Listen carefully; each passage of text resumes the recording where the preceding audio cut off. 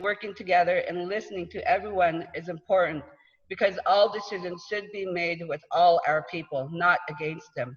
Let's work together and look towards the future for positive change, growth, development. Let's work together to make our people successful. With fresh new minds, great ideas, our community will begin to thrive. Who am I? Gisut Yukit, Hugaksak Barbara Fisher, Hugaki Gahi Akisqnuk, Hugakis Ataksitni Ko Akam, Sa Nataka Hunat Satni Na Yakit Ak Nuksit, Huts it was Gatni. Hugakis Akini Gapsin, Yakit Ak Nuksit, Hu Any Git Jaka Ak Sugakum, Yakas Aksmaknik Namki Nis Ikax. Godsmith, Tony Fisher, Sophie Stanley, Gaditi, Nancy Fisher, Gapapa, Edward Morzo, Gama, Ann Williams, Nee Fisher, Gaso, David Williams, Gaswin, Skyla Gerval, Jetta Fisher Gerval. My heritage will guide my responsible leadership and represent my members proudly, and together encourage new development through the guidance of our traditional ways and Aknumut Stishish. Dacha. Thank you, Barbara. Darcy Fisher. Darcy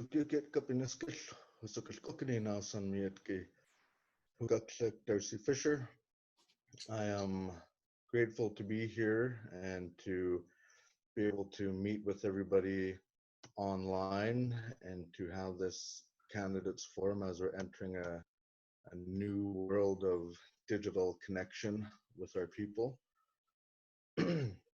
I've served on your council for 4 years now, and I've come to the end of this term, and I'm hoping to be re-elected for another term. I'm grateful for the words that my sister spoke of, telling of some of why she had accepted some of the nomination and what she had gone through and accepting hers. And some of that story was some of what I have brought to the table. But for me, bringing understanding of family and human services is something that I push towards, to look at our more vulnerable demographics, and also understanding that culture and language are part of our identity, and those things are also vulnerable to being lost or to not being as strongly spoken within our communities. So that's some of what I bring to the table, but I'm just, again, glad to be here, and I hope that we have some good heart-mind connection and some good conversation that allows for everyone to think about leadership for the next 4 years, to think about the people who are here in front of you today and what you would like to see happen for the community. I always think that our ancestors were forward thinking, forward moving, and that they believed in the leaders that would be coming up to the table or to our communities, and that we are honoring our ancestors with the steps that we take in moving forward.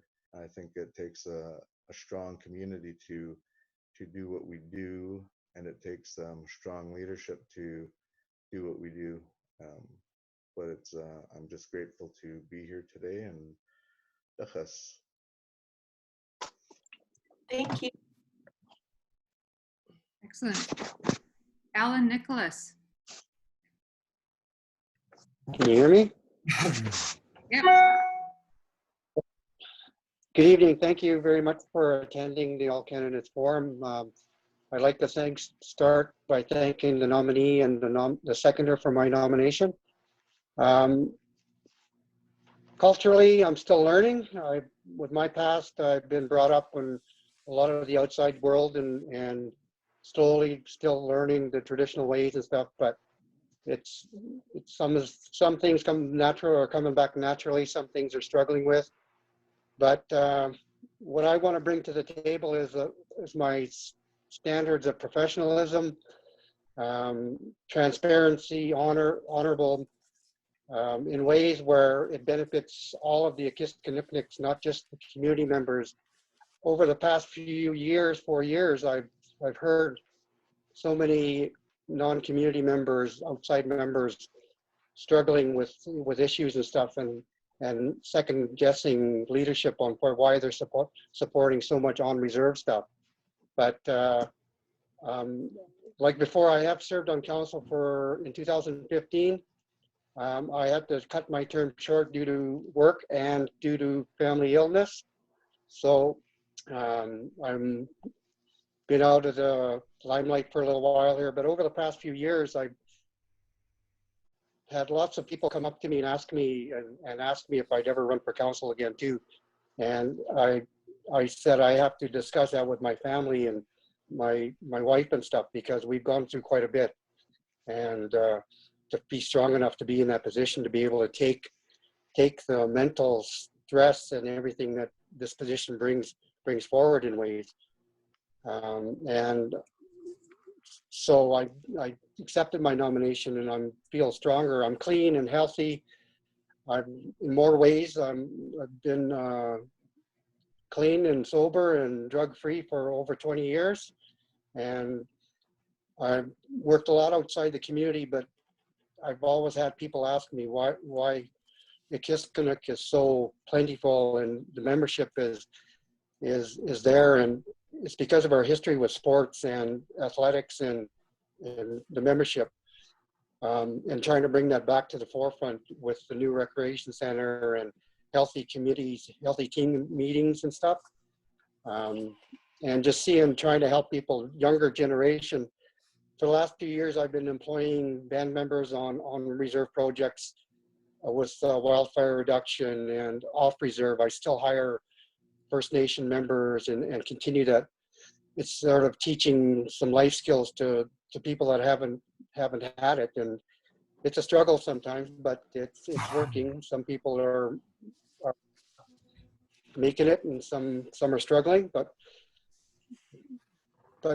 seeing what's been going on lately, just with some struggles and everything, I want to bring positive motion, everything back to the community, and instead of this negative vibe I feel sometimes has been dragging us down and everything. I've been running my own business for over 15 years now, successfully. So I bring the professionalism of knowing what business it takes to run a business and employ people, and the human resources aspect of having staff members and dealing with their issues and stuff. And like I said at the beginning, I've talked to some of the elders. I talk with elders out here, and I'd like to meet more elders, but time and everything and location makes that struggle hard sometimes, but I'm trying to make it work. Yeah, I'm just glad to be here, and I'm going to do my best and move forward strong. And I'd like to thank and welcome all the other candidates, and may everything move forward in a positive and a good way. That's it. Thank you very much. Thank you. Do we have John Nicholas here?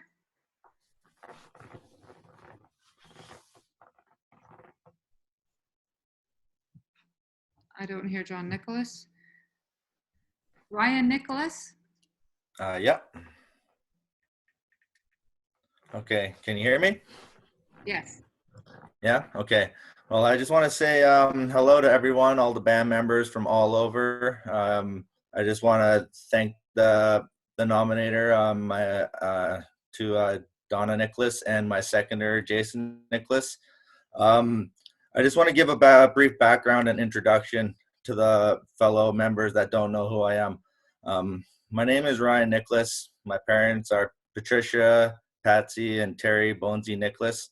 I was born in Invermere, BC, and raised in the Ktunaxa Nation. In 2002, I graduated with my high school diploma from the David Thompson Secondary School in Invermere, BC. However, since then, I have relocated to the Bonaparte Reserve First Nations in Cache Creek, BC. I lived there as a community member for more than 15 years. I have 3 beautiful children who reside back in Bonaparte First Nation while I repositioned myself back into Columbia Valley. I returned home, losing my job in the forest industry, where doors were closed indefinitely as the Chasm sawmill shut down. I have a lot of knowledge and skills to offer my community. I believe that our youth are an important key for the growth of our community, which is why I have been big on volunteering my time in numerous associations in local interior communities for soccer, baseball, and hockey teams over the last decade. I've also firmly believed that communication is the key and listening is the door to the future. I am beyond excited to restore relationships and with community members and elders that I have lost communication with over the years. With our band members, it is very important, especially in uncertain times and unprecedented times like this, that we communicate. We as leaders need to ensure that our people are safe and taken care of in any situation. Living back in the community gives band members easy access to me. I am an easy person to speak to and share ideas with. For employment, I have really put a lot of thought into it, as I have many off-reserve options and skills to offer the Valley. I have my family's full support, and I have committed to making a change in the community for our community. Akisqnuk First Nation has always been a home and always will be my home. I am here for the community and to take challenges head on and dedicate my time back into the community. In conclusion, I just want to be the best possible role model I can be in our community and to be here for our people, the band members. Thank you for listening to me and taking the time out of your day and considering me for a representative for our band and our nation. On your behalf, finally, I am open to all questions and have an open mind and heart to hear what you have to say. Please don't hesitate to reach out to me. I am very happy to be nominated and to represent the community and our band members. Thank you very much, and don't hesitate to reach out to me. Thank you.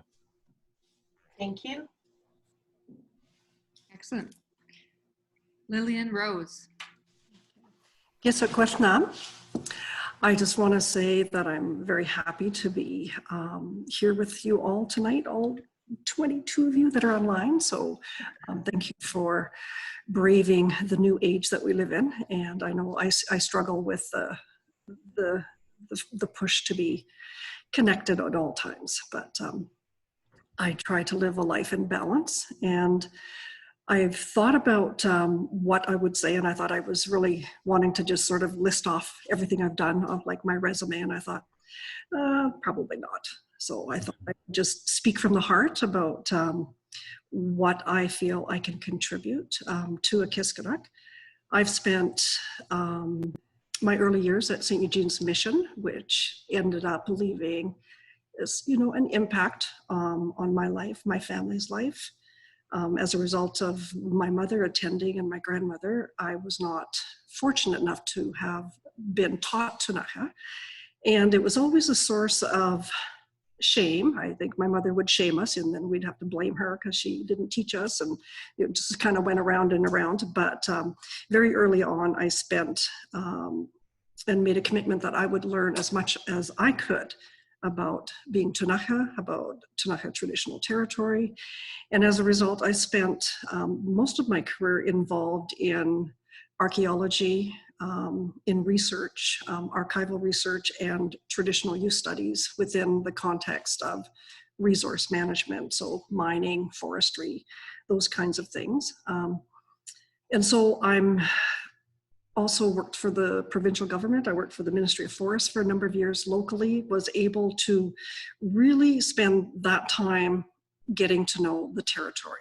And the one issue I think that needs to be addressed a little bit more strongly, I think, is our presence, Akisqnuk's presence here in the northern central part of our territory.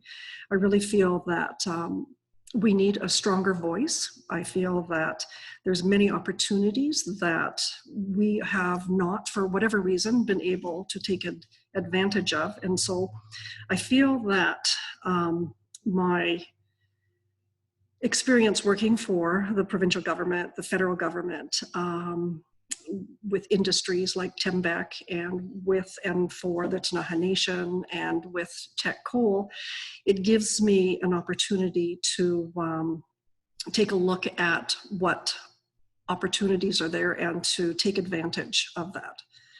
On a personal note, I've been involved in Indigenous art and craft. That's my love, and I continue to study, take every opportunity I can to collect, to teach, and I have just recently, as a result of the pandemic, I have finished my work at the Banff Center for Arts and Creativity. Spent time, almost 18 months there as the cultural advisor, and was able to take a look at the way that art and creativity can help people heal. And I truly believe that art is a sign of a healthy community. And so I see some of the cultural aspects as they fit in with the business as well, being something that we should take advantage of. I'm an organized person. I'm professional. I believe that I would have a strong voice for Akisqnuk as it relates to our position within the northern part of the territory. I have had extensive years of research, and so I'm familiar with initiatives at a nation level, and I also am very aware of what Akisqnuk's goals, mission, and vision are, and would be proud to help bring a lot of those things to fruition, to see success.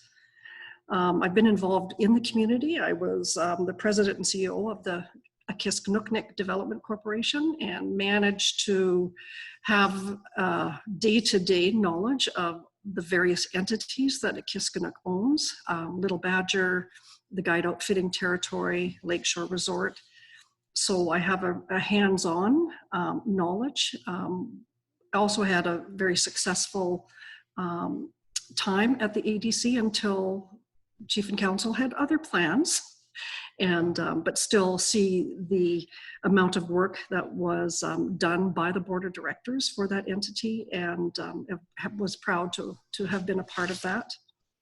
I think that my interest in cultural heritage, my professional business background, and my creative desires are what would make me a good candidate to be a part of this new and upcoming council. Thank you. Thank you, Lillian. Thank you. Samantha Sam. Here. Hello. Akisqnuk. I just want to thank everybody for attending, and I didn't actually know that you could see who was participating. So yeah, we have 22 people participating. I just wanted to do a bit of an introduction. Hukaklik Tzmaka Pashki Tsawiska. My mother was Patsy Lewis, my grandmother Gertrude Gonzaga, and my grandfather Louis Sam. It's an honor to have been nominated. I want to thank everybody on this panel for accepting the nominations it really is, it's very interesting to say the least. So just I think this year, just with making sure that I was logged in okay, and so I just wanted to give a bit of about me. I have been on council previous. I've been able to witness many great changes in the community. I would like to give thanks to all of the chief and council that that have filled these roles. I understand what is entailed in this work, so kudos, like big thanks to them. I too was questioning and just wondering what, when I had accepted the nomination, and I do feel that I have a lot to contribute. I do have a lot of experience.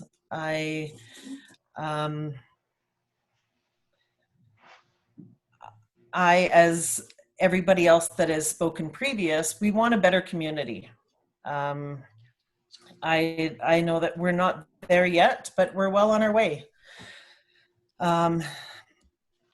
I do have a passion for the betterment of our people, very open-minded, and the elders and the little ones and everybody in between.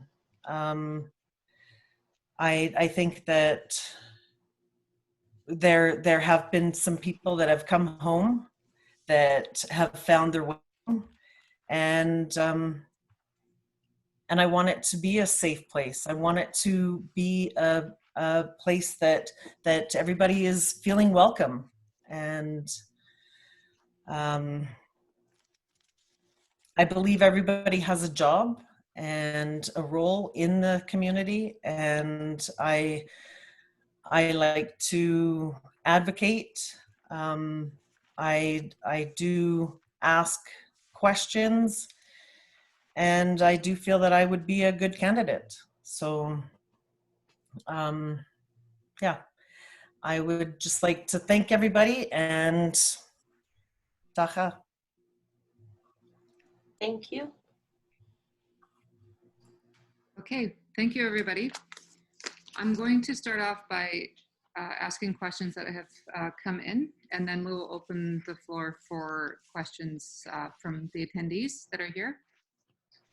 So we have Emilia Danilak has sent in some questions for the candidates, keeping in mind that every question that's asked will be to all the candidates, not to any specific candidate. I will read her statement. Can everybody hear me okay? If you have any issues, if I start cutting out, please just let me know. Okay, I say to all the candidates, the wise words spoken by an old elder, Granny Rose Agnes Michelle, at April 13th, 1995 meeting at the band hall.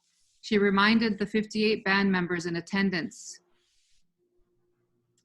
That says interrupted by chairperson Sophie Pierre. Caution, be careful. The election is not a lottery, and we are to look at the way the person lives their life and the way they have to prove themselves.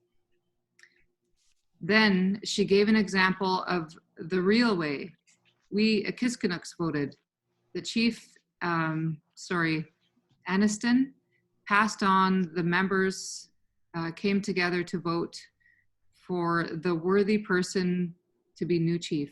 All present voted on paper, the worthy one, and the result, everyone voted for,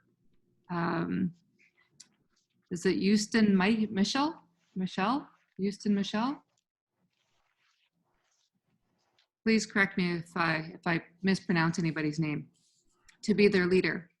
Now I am following their wise words of caution to vote for the two worthy people by asking some hard questions. How many of you have read and understood the following documents? Okay, so I guess in this case, we'd have to take our mute off. Helder Ponte's 2019 report, question mark. Yes or no? I read only the parts that were provided to the community. I have started to read. I have started to read it. I didn't know we were supposed to be that prepared. Okay, I also just read the parts that were provided at the AGA. okay. So I have read it. I've read most of it, glanced through. Sorry, Darce, go ahead. I was just going to say that I have read most of it, and I think some of the good parts that come out of it is the report has seen some of our deficiencies and strengths. It highlights who we are and what we have done with Akisqnuk, and I think some of the organizational restructure that has come from this report is coming to fruition as we've just recently hired our current executive director. But I have read the report. Excuse me, panelists. Trisha, if somebody has put their hand up, when would you like me to open them up for speaking? Before I opened up with this question, I said that I would ask the questions that came in first, and then we will open the floor up to the attendees. Okay, please let me know so I turn them on, because otherwise they're muted. Okay, thanks. Thank you. Excuse me, but can I make a hello? Ryan's muted, but I'll need him. Can we just use the order that the candidates are going in already? Sure. With Barbara, Darcy. Yeah. It just, then that won't get too much interruptions. Thanks, Alan. I'll do But that. yes, I've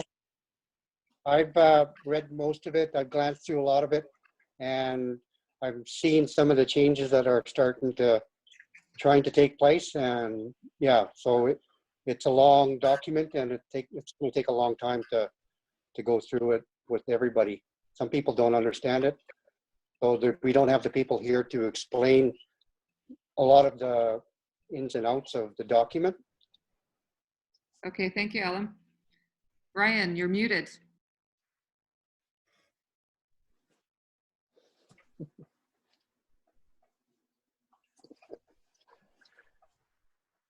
Okay, you're good. Okay. Can you hear me? Yeah. Okay. I just want to say that no, I have not read the document, and I have been living off reserve for how long, and was never able to access that information. I was never able to attend AGA, but now that I'm back in the community to read this document, and I would love to, get back in communication with the proceeding of going forward with our community. So yeah, so I would like to read that document though and put a word out of myself. So thank you. Thank you. Okay, so the next question, the updated AFN custom election regulations, yes or no? And I will start off with Barbara. With most of the questions that she has answered, I have been, since I've been nominated, I have taken it upon myself to start looking at these documents, taking what I can from it to know where, what everybody is striving for. I guess, what my community is striving for. But yeah, to answer all of the questions, I have just started reading them. Thank you. Thank you. Darcy, yes or no? Yes, I have read, reviewed, and worked on the 2020 custom elections regulations with membership in council, and I'm confident of my understanding of this document. Thank you. Alan? Yes, I've read and understand and was participating in voting in the changes and recommendations. Thank you. Ryan? Yes, I attended some of the meetings that involved this, and I read it and I understand it, and I actually read the final draft too before everything all happened. So I'm looking forward to what's going on here and helping the community out. Thank you. Lillian? Yes, I have read it. I'm familiar with it. And what I would like to say about it is that over the last 20 some years, that has been one of the most contentious issues that we've faced as a community, is trying to figure out the best way to handle that. So this draft is fairly succinct, to the point. I think it still does need a little bit of work, but other than that, I'm very familiar with it. Thank you. Samantha? Oh, I thought I was muted. Yes, I have. And one of the things, just a point with that, it's been very interesting to see how that document has evolved over the years. The candidates forum, I was part of that group where we talked about doing this, and who knows, we didn't see that it would one day be, due to a pandemic, on Zoom. So thank you. Excellent, thank you. So another question here is the financial document. I'm assuming that is The audited financial statements. yeah, for the nation. Okay, so No, I think it's considered to law state file documents. okay, so I guess we'll just move this along a little bit quicker just by maybe having a yes or no statement, so that we can move on to accommodate the other members that are in attendance right now. Does everybody agree with that? Yeah. Yeah. Okay, great. Okay, Can so we just confirm what? yeah, I'm not able to confirm because it is a red question. But to go back, the question is, how many of you have read and understand the following documents? And then in bulleted form, we have the financial document is the only statement here. So there's also a governance document.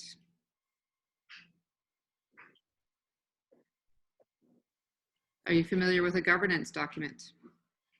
Yes. Okay, so we can ask this question. Have you read and familiar with the governance document, Barbara? I have been reading it. Okay, so yes. Yes. Darcy? Yes. Alan? Yes, I read it, but it hasn't been implemented though. So that has to be brought out too. Okay. It was tabled. Thank you. Ryan? Yes, I have read it. Thank you. Lillian? I don't know which document you're referring to, because there's the audited financial statements. There is the Financial Land Management Act. And so unless, I don't know which one, but I've read the audited financial statements, understand them. Familiar with the First Nations finance. I can't remember the acronym for it, but I'm familiar with that as well. The particular governance document, I don't know which one she's referring to. I can't answer that because I don't know specifically what it's referring to. Okay, thank you. Samantha? If it's, again, I'm not sure which documents, the audited financial statements that are available. I have reviewed that. And I'm not sure about the government document, the other one, so I don't know. Thank you, no problem. Okay, so another question. How many of you have read and understand the terms of reference? Have not. Barbara? No. Okay, thank you. Darcy? I have read terms of reference. I think when just answering this question, there's quite a few different, whether it's committees, whether it's council, whether it's employment with the nation, there are a lot of terms of reference that we do have to gather and put into almost an overarching terms of reference. There are a lot of ducks that we still have to get in a row for Akisqnuk.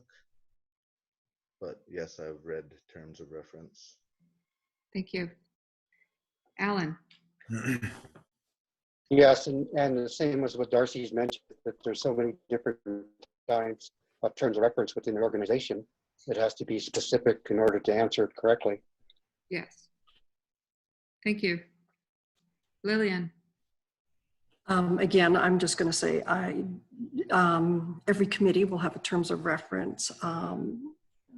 If it's a specific governance terms of reference, I'm not really sure. All I know is that I think terms of references are incredibly important when it comes to committees or to any work being done, because it helps to set the boundaries for the work to be done. So I'm not sure what the specific reference is, because there are many, and every committee that the band uses in the conduct of its business would and should have a terms of reference. And I've been in the office actually a number of times looking for terms of references, and have been told, in fact, that committees are actually operating without terms of reference. So you can't read what is not there. So again, it just sort of highlights how important it is, so that we can conduct our work with honesty and integrity and openness. And that's my final answer. Thank you, Lillian. Ryan? No, I have not read it, but like I was saying, it's another document that I would like to read and, help put my interest in. That's something that I think that we all need to look into in helping out our communities. So thank you. Thank you. Samantha? No, I don't think I have. Just again, I'm not sure which terms of reference, but I am familiar with different terms of reference that we do have. So I don't know. Thank you. The next one is the 4 housing documents. Yes or no? Barbara? No. Okay, thanks. Darcy?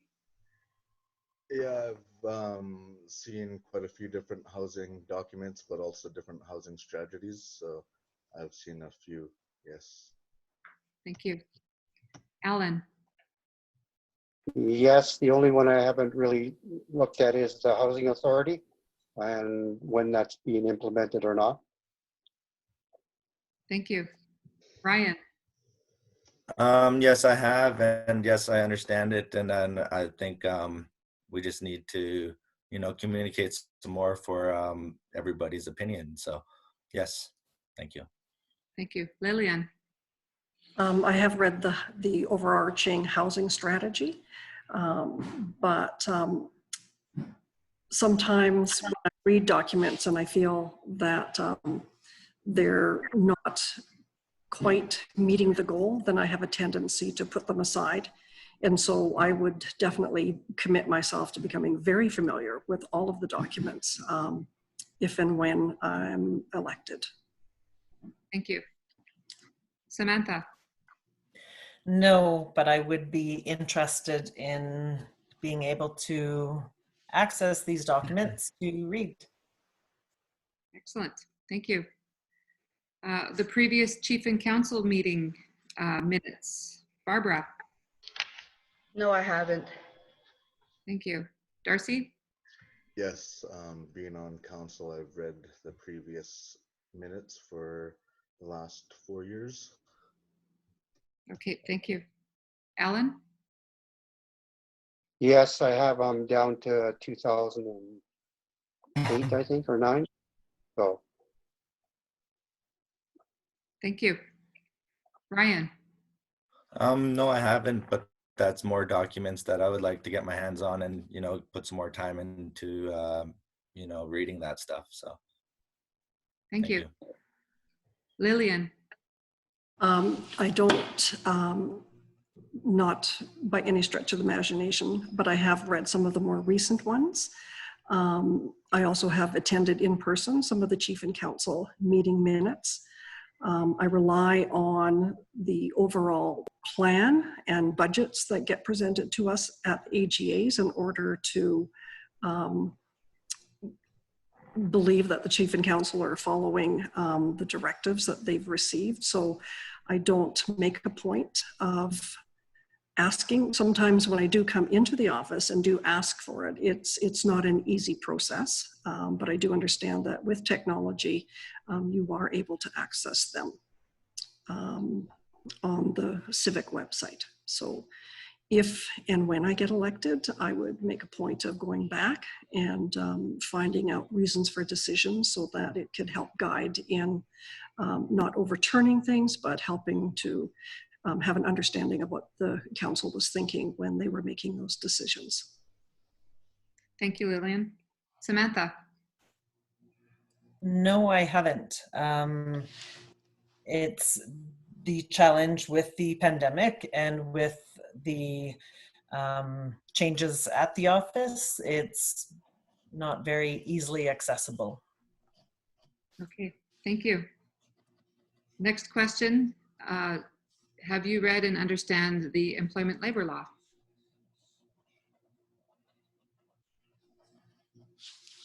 Barbara? I'm in the middle of reading a lot of these documents right now, and yeah, just preparing myself for if I am elected. So I have a good understanding of where our people are past council has started, and I have seen a lot of things that have been started but are not complete. So just a lot of reading. Thank you. Darcy? I'm not well versed in the labor laws, but I have read them as different issues have come up for our organization.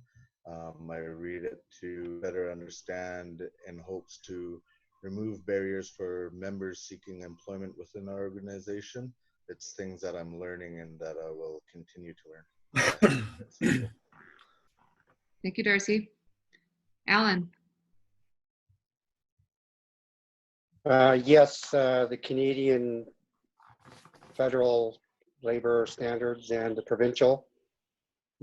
People know that we operate under the federal, being First Nations. Thank you. Ryan? No, I haven't read the whole thing, but being a person that has been out and about and working in different communities and different locations, that I have been put to the test with the labor laws and everything. So I actually have a first or at hand personal experiences at that. But I would love to read more and get a little bit more acknowledgement on the situation. Thank you. Thank you. Lillian? When I worked with the Akisqnuk Development Corporation, we did have fairly good up-to-date knowledge of the Act as a board, and myself as president managing people. I believe that anytime you need to question something because of technology, it's easily accessible. Also in cases where you need a legal opinion, you need to know when to pursue those. So the documents are available online, and you can easily access them. And I have not in the last 5 years, kept up to date with all the myriad of changes that have happened to the labor law, but I'm fairly familiar with them, having had to administer them and also being ruled by them. Thank you, Lillian. Samantha. I have read some that I had to research, and the information is easily accessible. But to read the documents, no. Thank you. The next question I'm going to ask is going to be a two-part question, and then I'm going to open up the airspace for the attendees. So the question is, have you read and familiar with the United Nations Declaration on Rights of Indigenous People and the Truth and Reconciliations Commission of Canada's call to action? Barbara. No, I have not. Thank you. Darcy. I have read some of the UN's Declaration of Indigenous Rights. Some of it, my understanding of it is that Canada had never signed this agreement because of the Indian Act, which oversees the way that Canada dictates to or treats their Indians. We can see that with what's happening with pipelines and some of the other bans that are going to being forcibly removed from their lands through big business. So my understanding is that Canada hasn't signed it, but I have read some of it. Thank you. Alan. I'm familiar with both, not to such in depth that I should be, but it'll definitely be on my agenda to finish it all. Thank you, Alan. Brian? No, I haven't, but I would like to further my education on that stuff too. It's something I think that we should all know and we should all understand. Thank you. Thanks. Lillian? Yes, I am familiar. I have read UNDRIP, and I was also very pleased to see that BC is leading the way in accepting the tenets of the UNDRIP. The Truth and Reconciliation Commission, I have read that, all the calls to action and how they are broken down into various segments, whether it's family, education, and what people can actually use as a starting point to bring about reconciliation. The last 18 months, I spent at the Bent Center and had a day-to-day dealing with training that related to UNDRIP, the Truth and Reconciliation, and feel quite confident to be able to hold those as some of the underlying principles that will guide my decision making. And it also ends up providing confidence that we have rights. They are not ceded. We have not given them up. We have the right to free informed consent and prior consent. And so that is at the basis of what I would bring to leadership at Akisqnuk, is not at all ever conceding any of those things, but using them to maximum capacity so that it benefits not only Akisqnuk, but the Ktunaxa Nation as well. Thank you. Samantha? Yes, parts of the documents I'm familiar with. Excellent. Thank you. At this time, I am going to pass the microphone, the virtual microphone, over to Carrie. Hi, everyone. I've been keeping track of people who've put up their hands for questions. So in the order of people who've put up their hands, the first question is from Stephanie Sam. And Stephanie, I'm just going to open you up to speaking right now.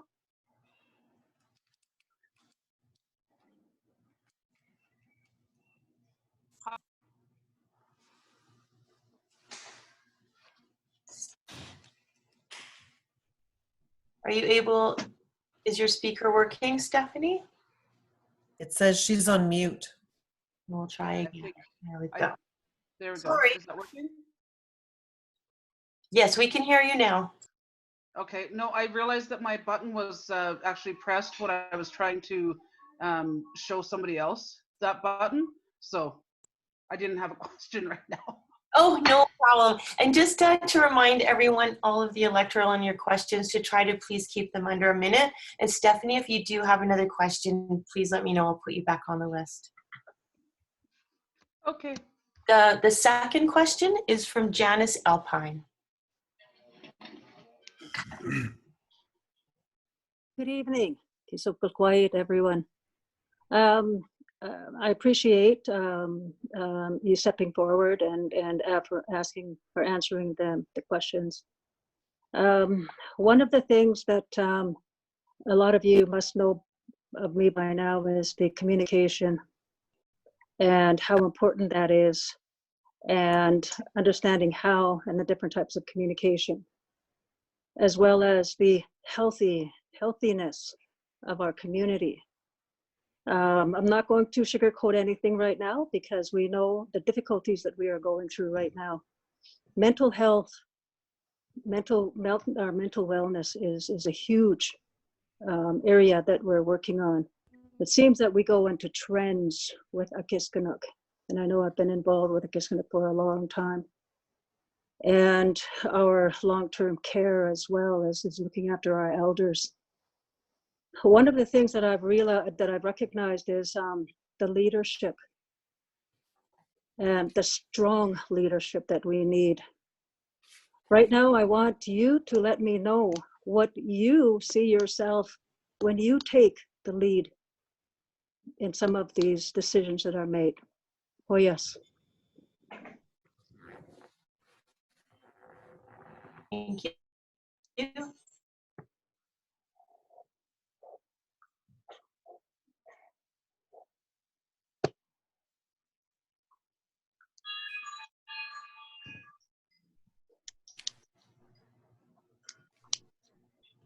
Would the panelists like to respond? I'm going to still remain and keep going with alphabetical order. Barbara? Could you come back to me? I need to think about the question. Sure, no problem. Darcy? Yeah, my computer, I kind of lost a bit of connection there. So did Stephanie Sam ask a question that I might have missed? No, Stephanie said she didn't have a question and she might come back if she does. The question was from Janice Alpine. Would you like her to repeat it, panelists? I got back on my connection here just as we're talking about mental health and some of the hardships and struggles that our people are facing, whether it's through COVID or whether it's on a daily basis. And I know that some of our more vulnerable demographics do struggle with mental health, and whether that's addictions, whether that's domestic violence that causes mental health, or even just the FASD. There's quite a few things that we face with the community, and I think it's about having a strong team within the community and as leadership to be able to look at these issues and say, okay, you know, we don't want to point anybody out or wag our finger at these people, but how do we help them find purpose within the community? How do we deal with these real underlying issues that have plagued some of our people? In reference to what do I bring for the leadership position, I've worked in mental health.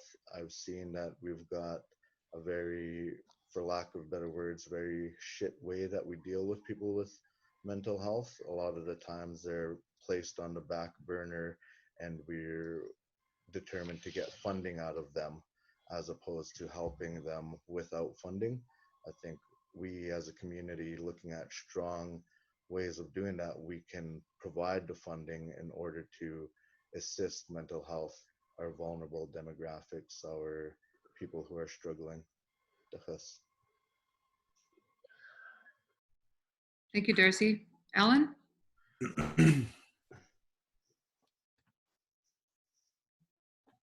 Yeah, I see the as a very high priority. We see it day to day here in our community. I see it on the streets in town, not just in the First Nations aspect of life. It's there. It's a high priority for the whole world when it comes to mental health. And to sit back and try to feel sorry for that, but it leads to, you hate to say it, but it all boils down to the dollar figure and getting the right people there to help treat the issues and find solutions. Is by the time the dollar gets down to the ground, the people on the ground, there's not enough money left to do a lot of good. You may be there to help one or two people, and there's a lot of more people out there that need help. So it's, as part of the new leadership coming up, is to set it as a directive, to set it as a priority along with education, housing, and all of those other high priority issues that we have every day, every year, every election. They all come up at the same time, but in different orders of priority, and they're all a high priority. So it's to get the trained staff, whether it be our own members, First Nation people, is to get them trained and get them on the ground and to help work with our people. Thank you. Thank you, Ellen. Ryan? Okay.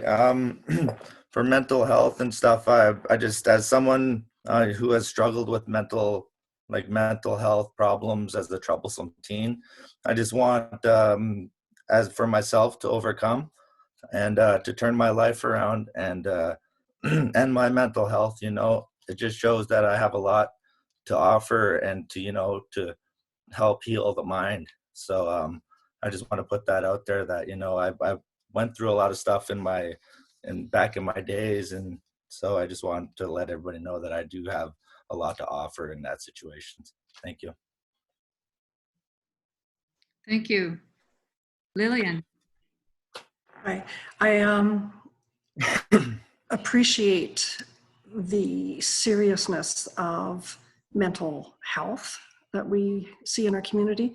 Everyone has mental health, but we don't all have mental wellness. And I know that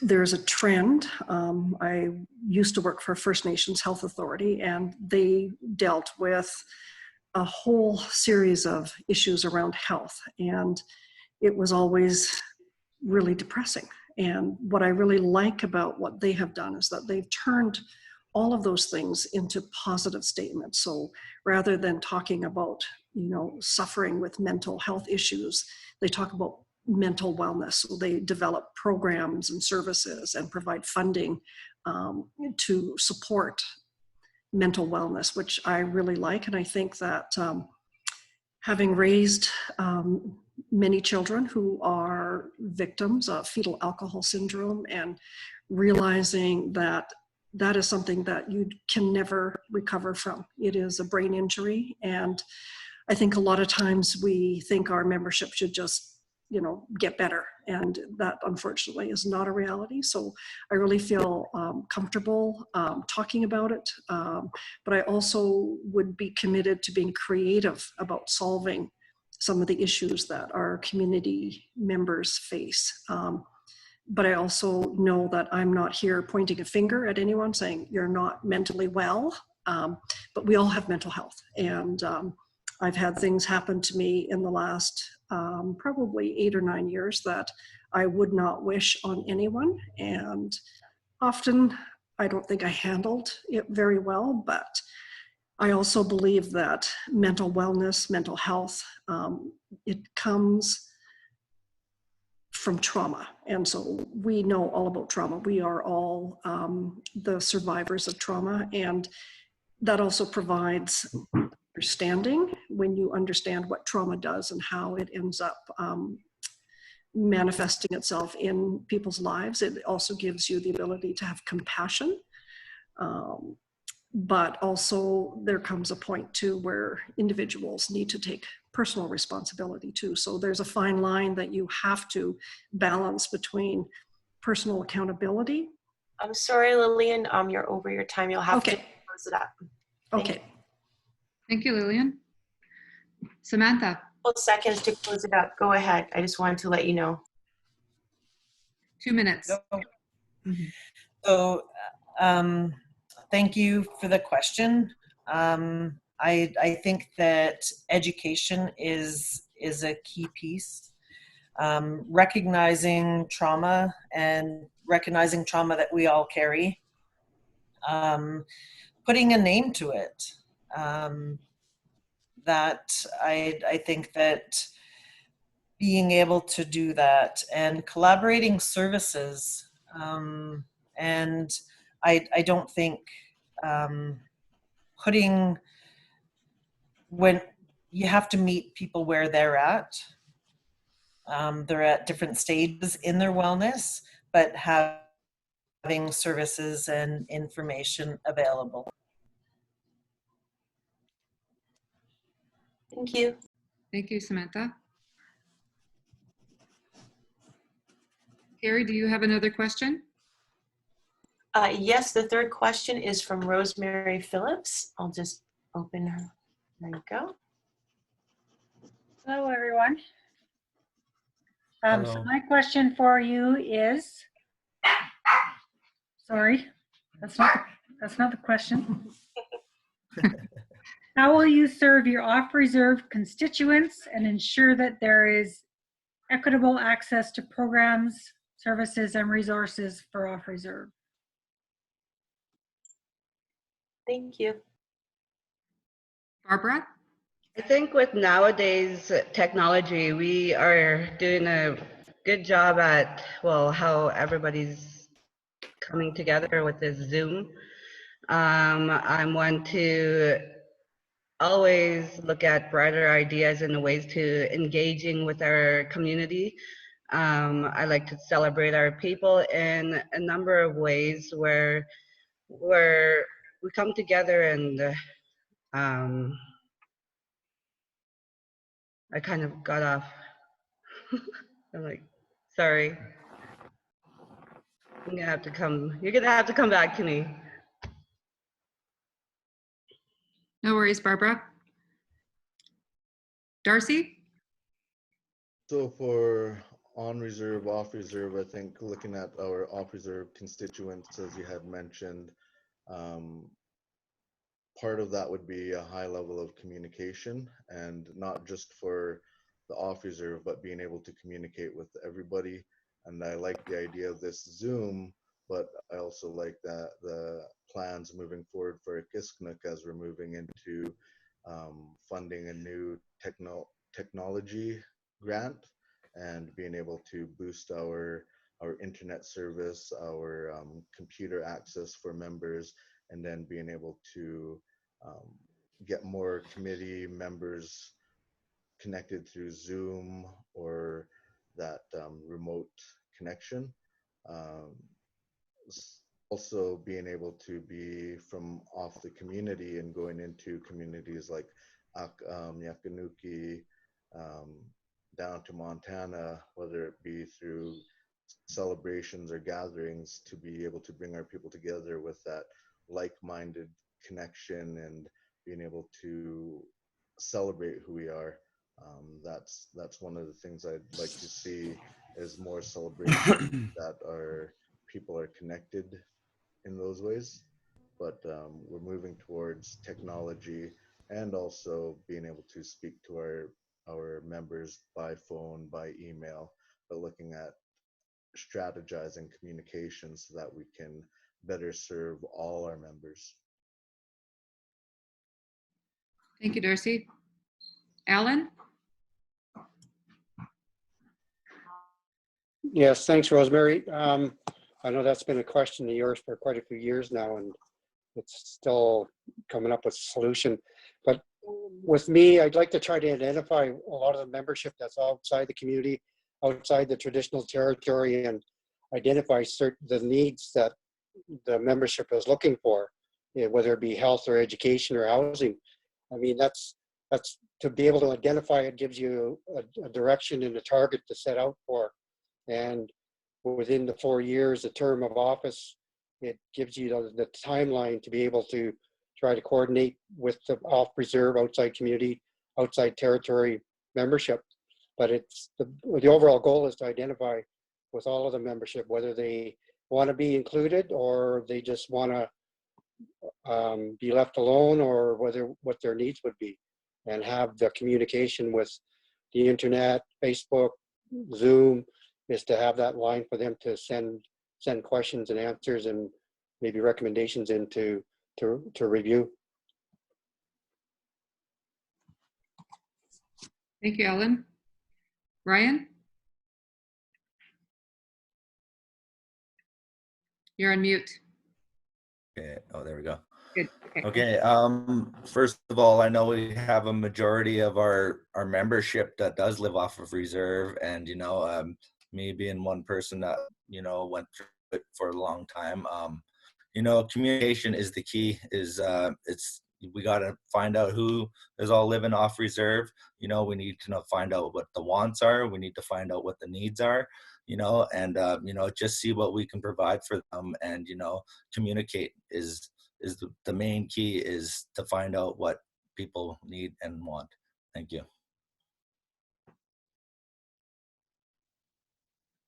Thank you, Ryan. Lillian? That's a loaded question, Rosemary. So what I'd like to say first is that first and foremost, we are Ktunaxa. The fact that we classify ourselves off reserve, on reserve is actually colonial thinking. So what I would like to say is that currently the Ktunaxa Nation out of Cranbrook, our government office, deals with a number of areas. And so we need to make sure that all of our citizens are taking advantage of the government services that are provided to us. When it comes down to the particular governance of AFN, I think that we're well on our way to becoming we have sort of equal, it's almost as equal to a municipal style of government and a certain land base. And then the question of what membership means. And I think that we need to continue to be in close contact with where the treaty negotiations are, where the Constitution is, because I think that if we continue to look at ourselves like that, I think that it's not the right way of approaching things. There are services that with own source revenue, that's up to the government and the people to determine, if there's going to be financial benefit or whatever. It depends on what it is. Some of the needs of members off reserve are already being addressed. I know that the Prime Minister today just announced $15 million that was going towards helping people who don't live on reserve for certain things around the coronavirus and where we're at. But I do know that it's really about knowing who's responsible for what, and then hopefully us taking responsibility for ourselves when and if the situations arise.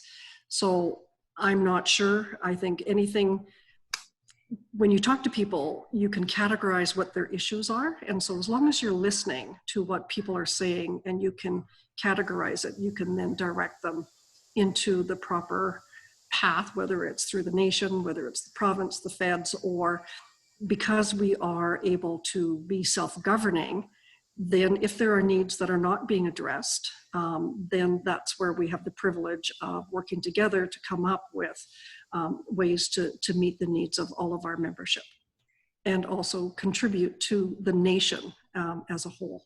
Thank you, Lillian. Your time is up. Samantha? Thank you, Rosemary. I had mentioned this before, like looking at us today on the the Zoom meeting. Like that's it. You know, you guys are all in my kitchen, just hanging out. I think that being able to identify where people are, ensuring that they're updating their information, it's concerning that, you know, that we don't have that an up-to-date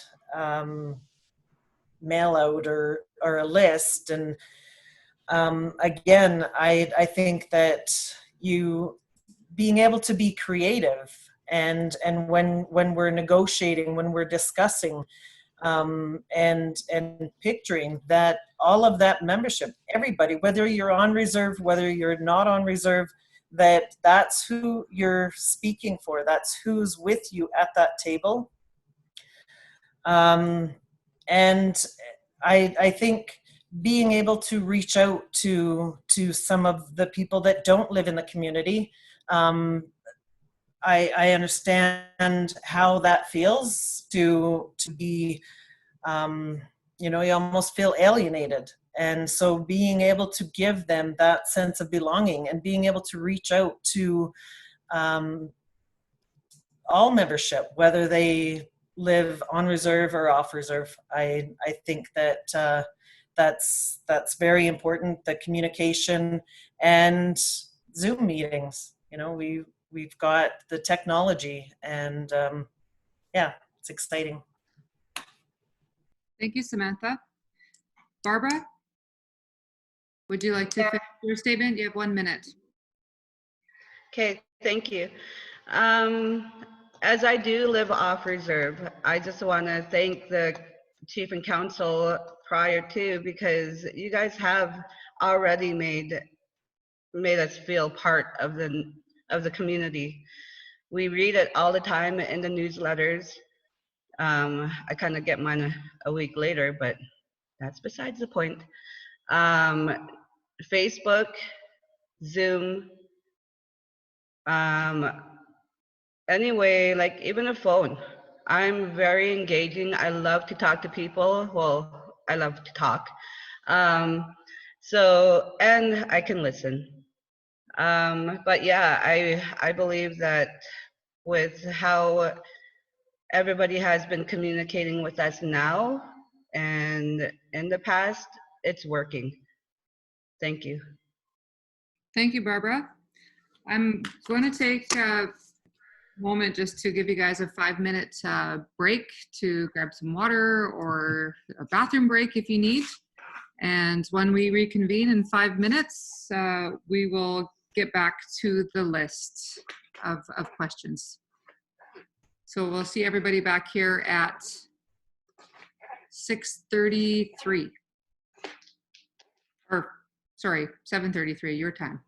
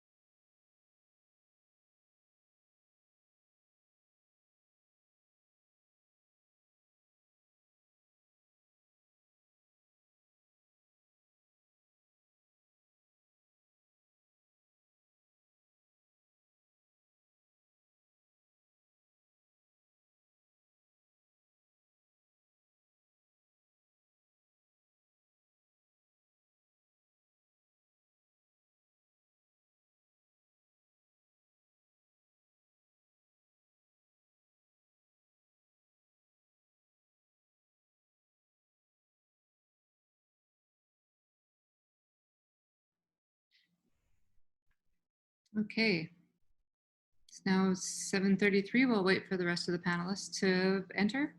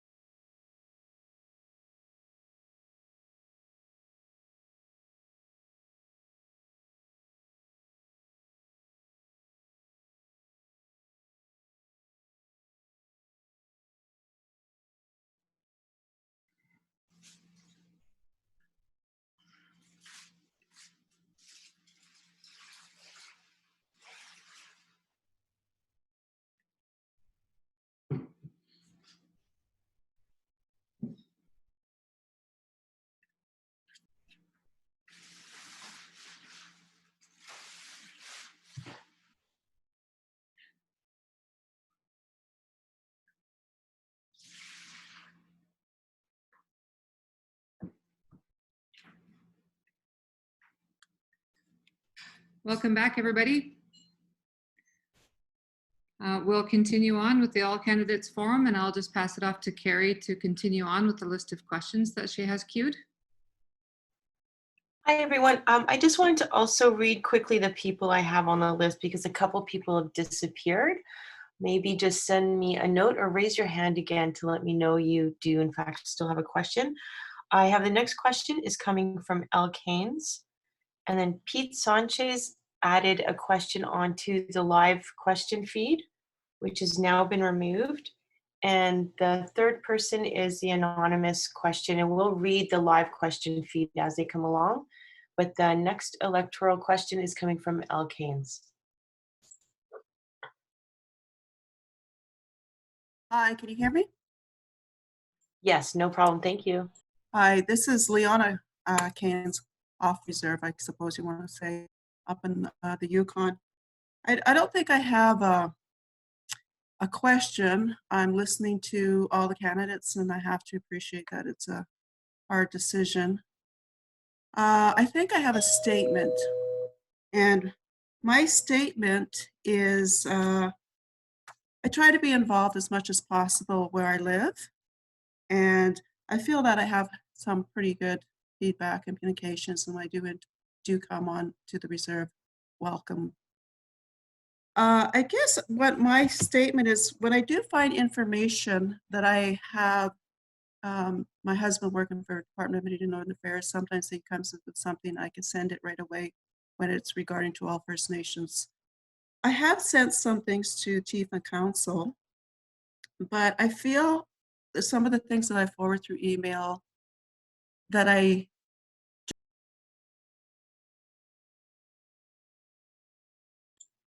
Leora, I am so sorry. That was a technical glitch. That was my fault. Let me try and get you back on. I don't know what happened there. Hold on one sec.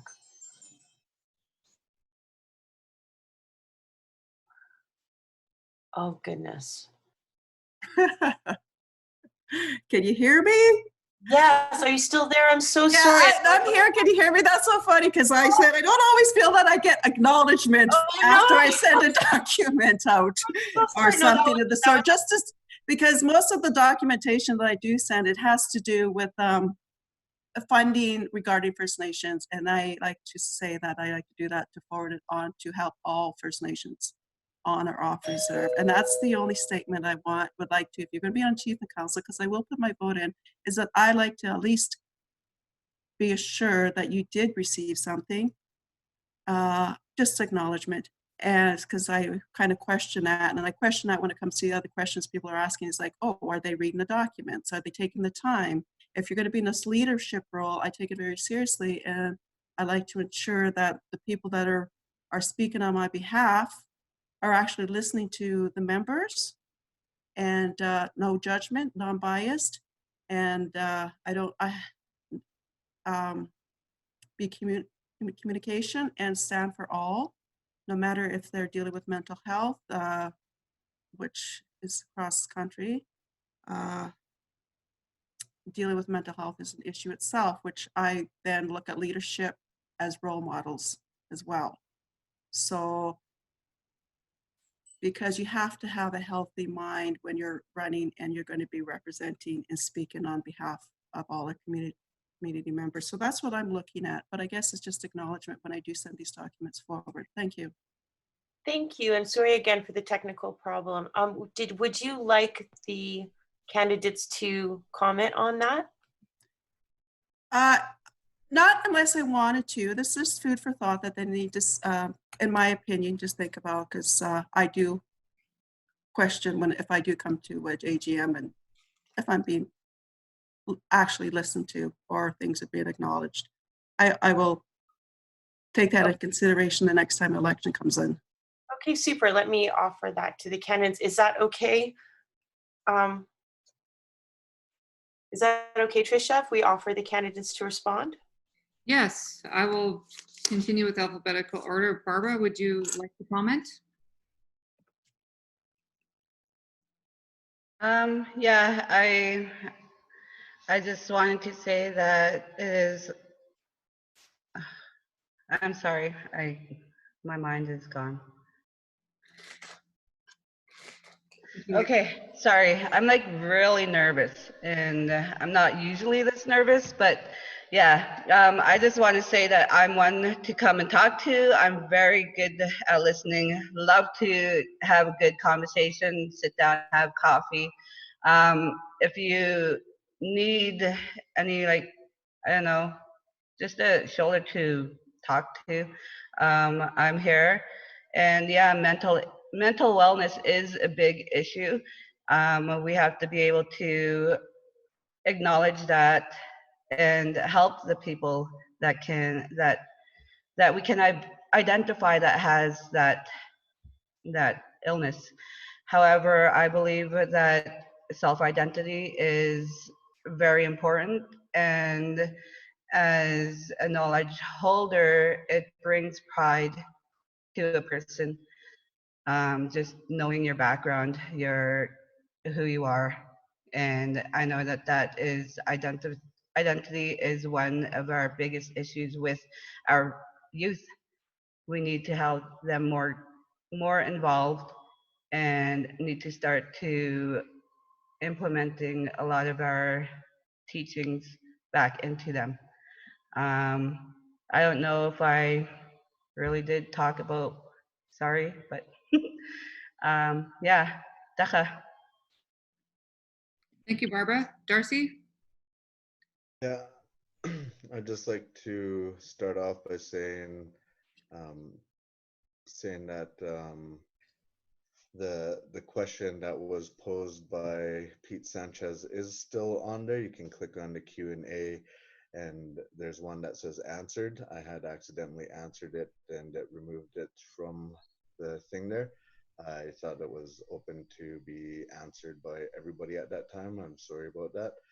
As for the information that we received from Leona, if I'm remembering correctly, I think she had I had met her at the AGA, and she had a problem down at the campground with the campground not having sites set aside for our members, and she had a difficult time being able to find a place to camp at that moment, as direction wasn't followed by our staff at that time.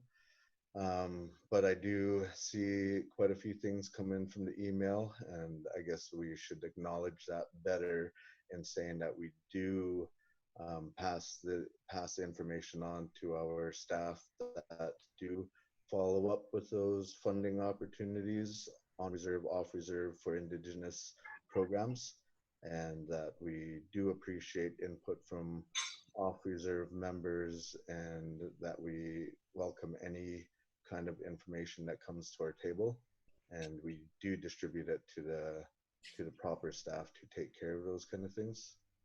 And that's Thank you. Alan. Yes, just to address our main concern about the acknowledgement of and receipt of information.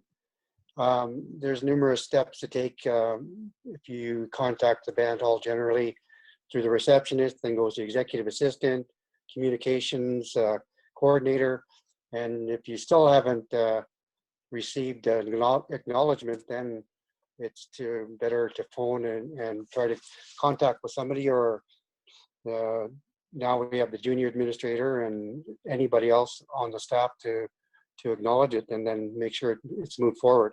But if I'm elected there, I'll definitely make a point. I've made note of it already about acknowledgement and to pay attention to it. Thank you. Thank you, Alan. Ryan.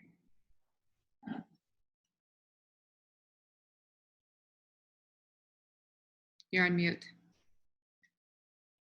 There you go. Okay. All right. I just want to say, I just wanted to say thank you for your statement and coming forward, and, you know, and putting your word in and everything like that. And I just want to acknowledge you and just say it's not falling on deaf ears. I think that's something that everybody needs to work at, and, you know, bettering ourselves and moving forward. So with that being said, you know, if I was elected in or whatever, you know, I would put all my information out for contact. I would never turn anybody away. You know, I'm here for the people. I'm here to get your voices out. You know, I want to be here for you guys, and I want to help better our community. So communication is a key thing that I'm going to bring to this place, and, you know, action is something I want to see. Thank you. Thank you, Ryan. Lillian. You're on mute. There you go. Oh, wait, you're on mute again. That better? Okay. Hi, Leona. I haven't had the pleasure of meeting you, but I have very fond memories of your grandma, Sabine, when she came back to Akisqnuk, and she was very good at explaining the difference of what she experienced here as a child and then when she came home. And I remember one of her statements was that the mountains had grown hair, which she was referring to the ingrowth of the trees around Medius Tatley when she was a child. I guess it was a lot more open. So I do appreciate people when they go out of their way to communicate and to provide direction. And in my work, I found a lot of times that things that I have to say, because people don't agree with them, they tend not to acknowledge it. But I truly believe that there are tools, a way of communicating. And one of my favorite tools is called mind mapping. It's where you can engage in conversation with people, and you have someone who records what people are saying. And so I look at that as how, when I talk to someone, I can usually, within a short period of time, figure out what the issue is. And I believe at the very basic level, people want to feel secure, and they want to feel like they're acknowledged, that they have a place. And so I have a way that I operate is that I appreciate people for what they have, and you seem to be very well connected, and definitely you would be an asset. And so I hope that moving forward, that anything that you do provide does, one, first of all, receive an acknowledgement from staff, or we have to also streamline how communication happens. So looking forward to to figuring that out. I'm not quite sure what the stand is right now. But yes, I appreciate the fact that what you're sending to us is a way of trying to contribute to the overall health of the community, and look forward to meeting you in person one day. Thank you, Lillian. Samantha. Yes, thank you, Leona. Yes, acknowledgement just of receipt of the information is very important. The communication, I feel it is getting better. And I'm thankful that, you know, as you explained it, when you learn different things with First Nations, that you reach out to Akisqnuk. So I'm very thankful for that. And yeah, I was hoping that you were on video so I could catch a glimpse, because I recognize the name. Thank you, Samantha. Carrie? Hi, sorry. Yeah, so the next question was from Pete Sanchez, as Darcy Fisher explained, and I'll read it out because it's not showing for the other candidates. I don't, but if you hit on the very top, you'll see answered. You can see it there. That way, if you just want to remind yourself before you speak. And for the electoral body, the question is, do you believe it as possibility to remove financial restraints to help our people? Barbara?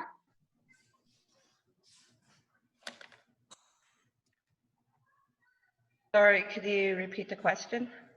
Do you believe it as a possibility to remove financial restraints to help our people?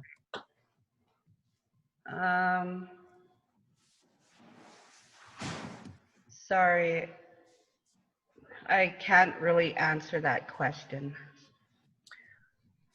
Barbara or candidates, would you like me to see if Pete Sanchez can expand on it a bit? He could still have his 2 minutes to explain the question, or are you okay answering it as it is? I think I could answer it. So up to the rest of you.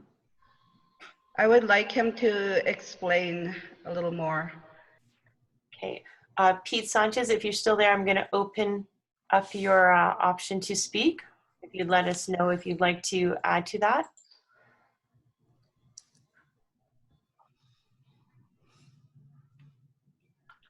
Can you hear me? Yes, we can. Excellent. What I'm hearing, and I've heard it for a long time, is that financially we're using finances to define our value, how we look at taking care of problems using money, and not being able to draw on our resources that we have, our Nupika given talents, our Nupika given qualities and values. And that's where I want to hear what you have to say about that, because that's where that means a lot to me. It means more now than anything, because I do honestly believe that Nupika sent us COVID-19. Okay, so we'll stop there and we'll ask the candidates to go ahead and respond. Thank you, Pete. Okay, thank you, Pete. I believe that Nubika has sent, you know, things that we have always overcome. I believe that going back into our traditional ways is always the answer. We define ourselves and live our ways in the Siyapi world. However, we have a lot to still offer in our Dinacha way, Akisqnuk way. I believe that if we can truly recognize and take out those hurtful ways and the looking of the outlook of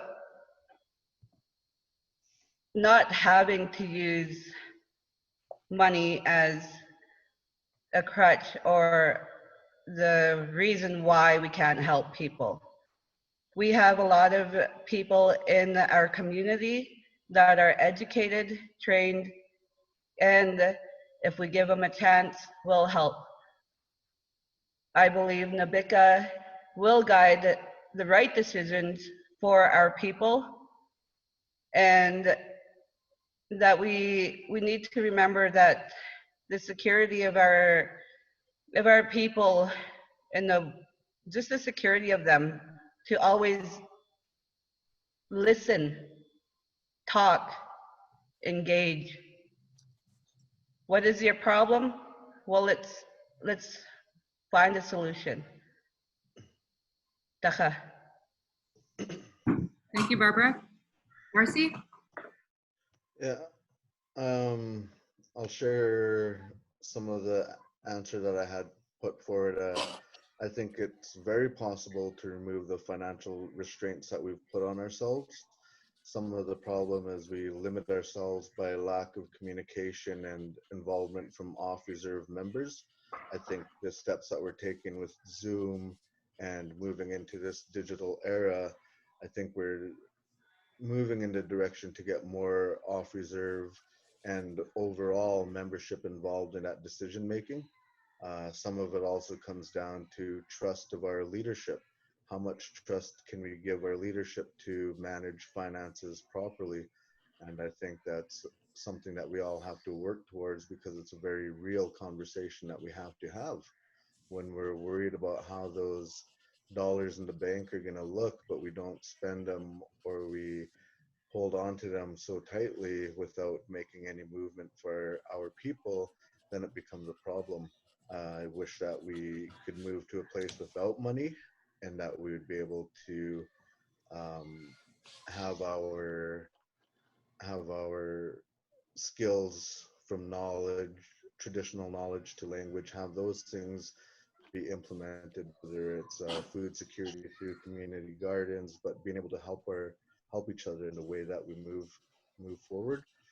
And I think that it does come down to a real conversation with our people. How do we heal the traumas that make us look at our pennies in the bank and think that we have to hold on to them without proper investment, without any investment? How do we get to a place where we can trust in each other? And somebody's microphone's not on mute, and it's kind of distracting me while I'm speaking here. But that's all I have to say.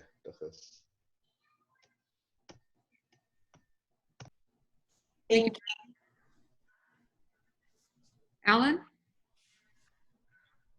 Yes, I agree with Pete in a lot of ways, but believe 100% totally not get away from using dollars and cents. And over the past couple of years, I've been hearing a lot of talk within the community, some of the elders and just community members talking about gardens and everybody getting back onto the land and stuff.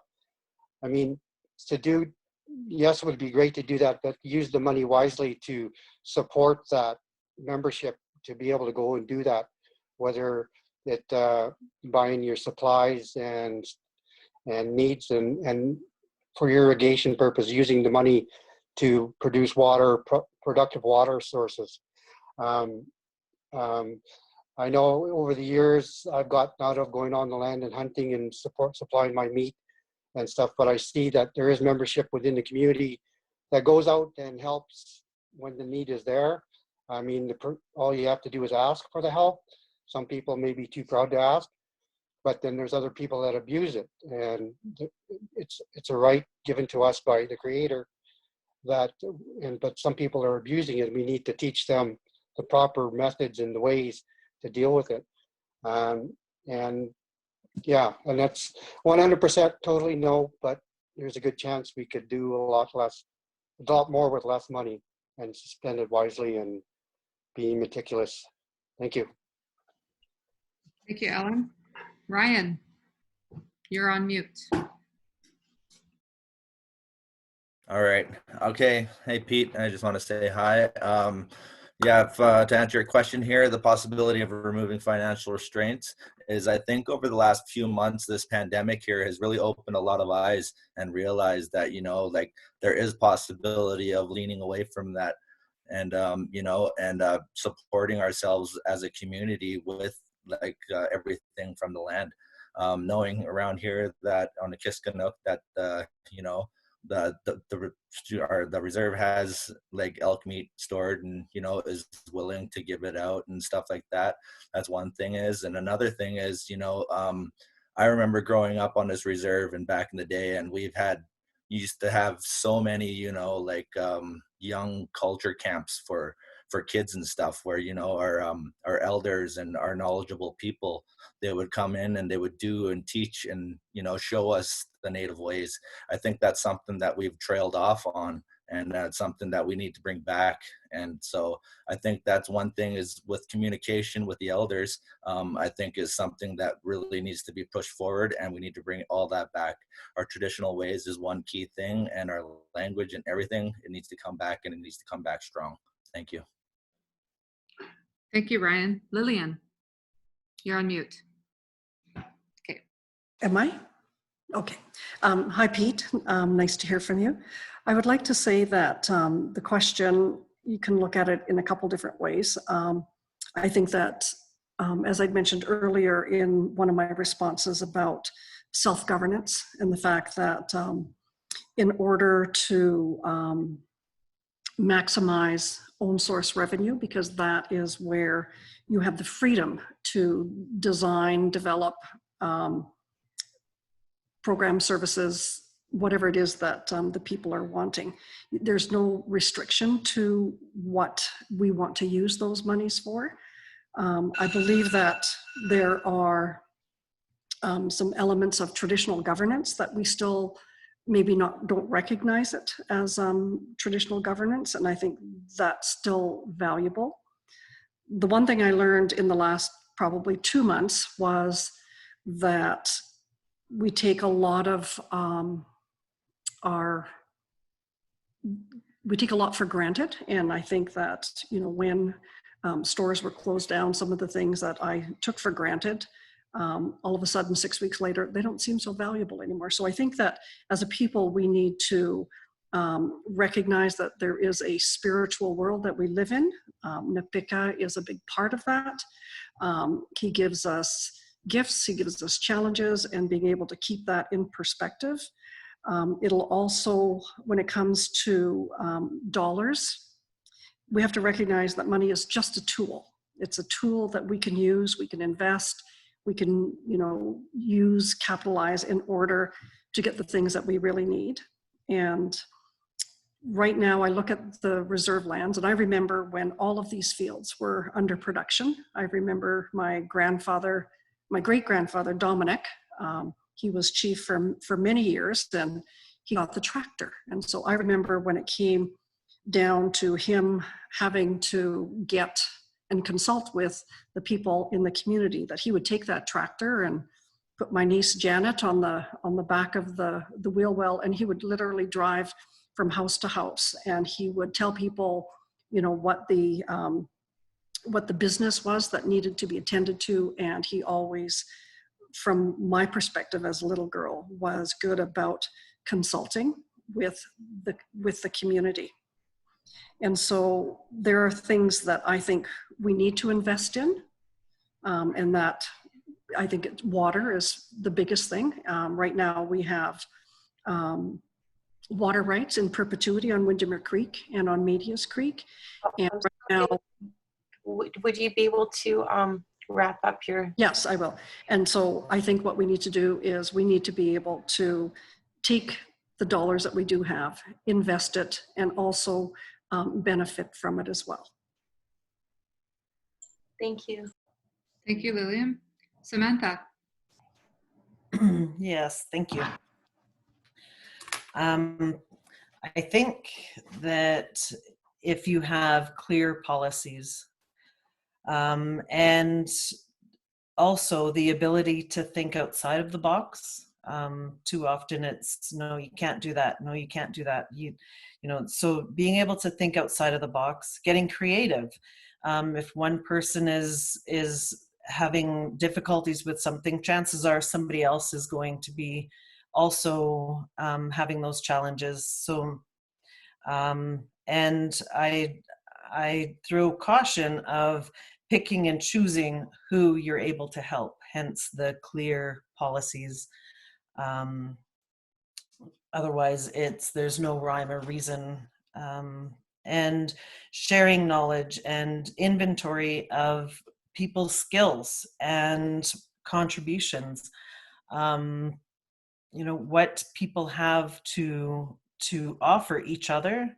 I think the policies is key.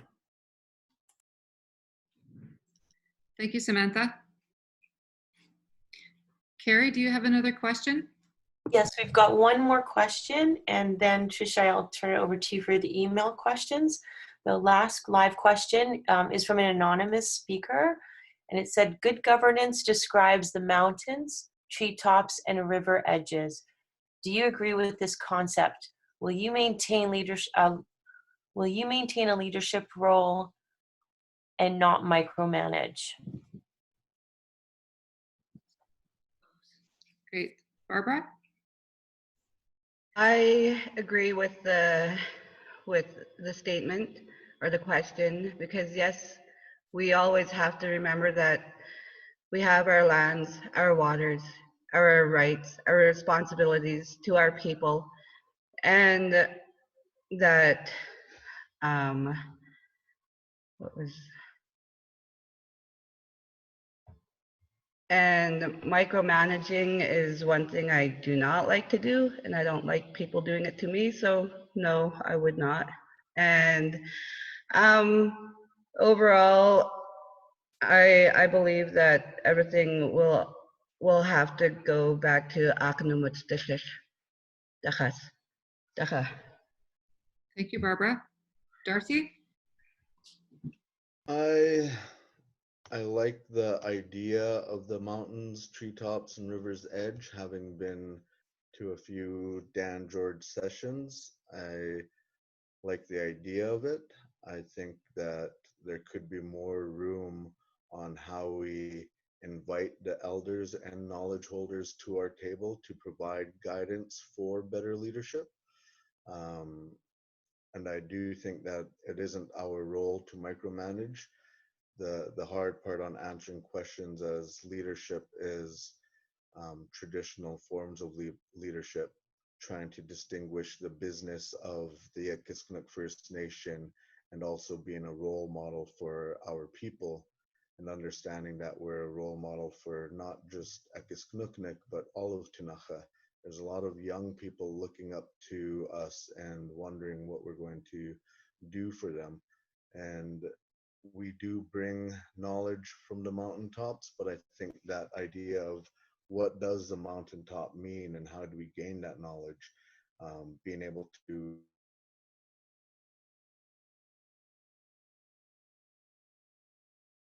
have guided us for since time immemorial. So how do we continue to take these teachings into the future to provide good leadership and to provide opportunity for young people? I think being connected to our young people and to the future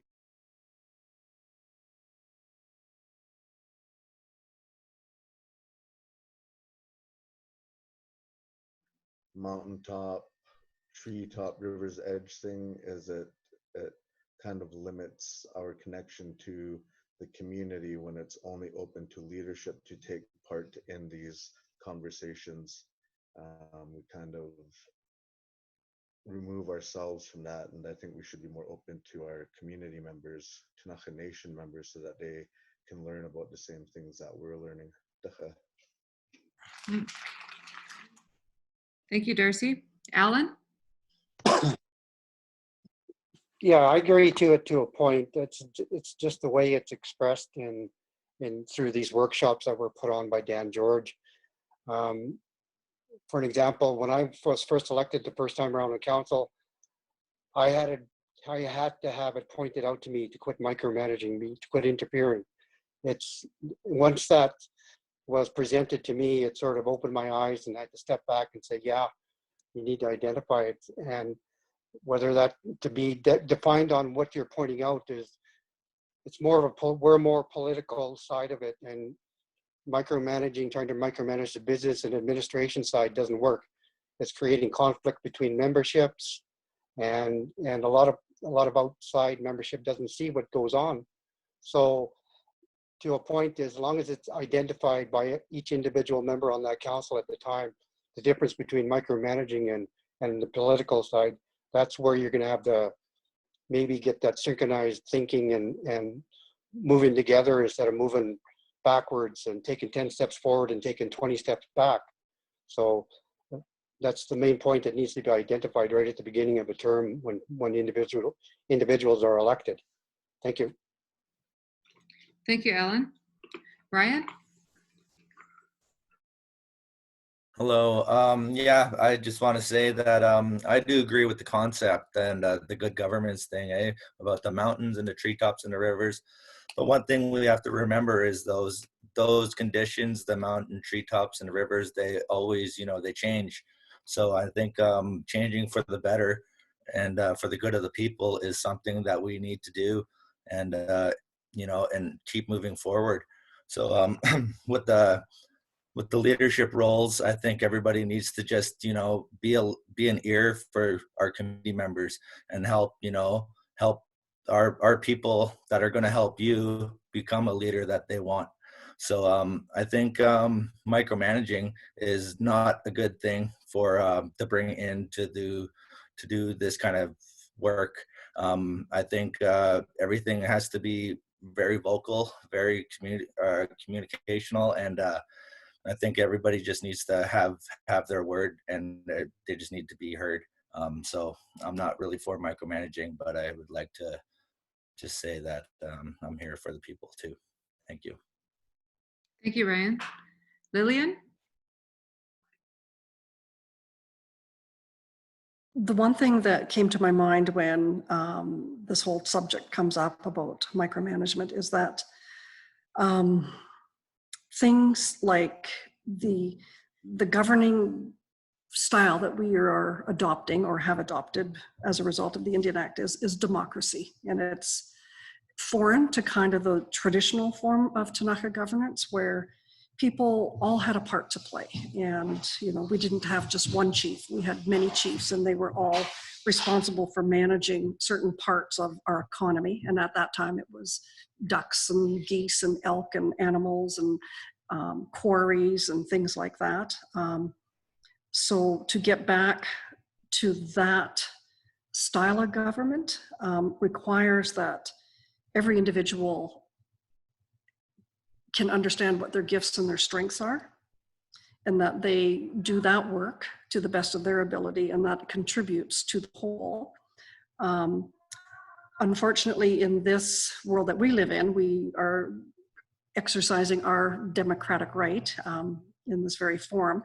But when it comes to governance, we're being elected to govern. And so there are sort of lines and bounds in the sand around where chief and council should and get involved in. I'm familiar with some bands where chief and councils run businesses every day for the band, and they do it quite well. So we've somehow chosen that we're not to do that. And I don't know why, but it's worth giving it some thought. I do understand that if you have business that you want to do, you got to make sure that you as a council knows every aspect of the business, whether it's the campground and cleaning toilets, what that costs, what it costs to dump, or whether it's harvesting trees in the bush. Like, you really have to be involved and know your business before you can actually manage the business of the band. And so, but there is a line, and you need to clearly know what the difference is between being nominated and elected to govern and being a staff person responsible for operational types of issues. So, but I think it belongs to the community too. There's people that are really good at hunting. There are people that are really good at fishing. There are people that are good at that. And it's about collectively putting all of those things on the table. So then it leaves your chief and council free to govern. But if people aren't doing their job, then it puts an unrealistic burden on your chief and council. And then you have more opportunities to micromanage. Thank you, Lillian. Samantha? Hi there. Yes, I agree with the that concept, the visual, the mountains, treetops, the river's edge. The you've got capable staff. I really you know, you talk about building capacity to staff and membership, and these points meet. So you need to keep it in balance.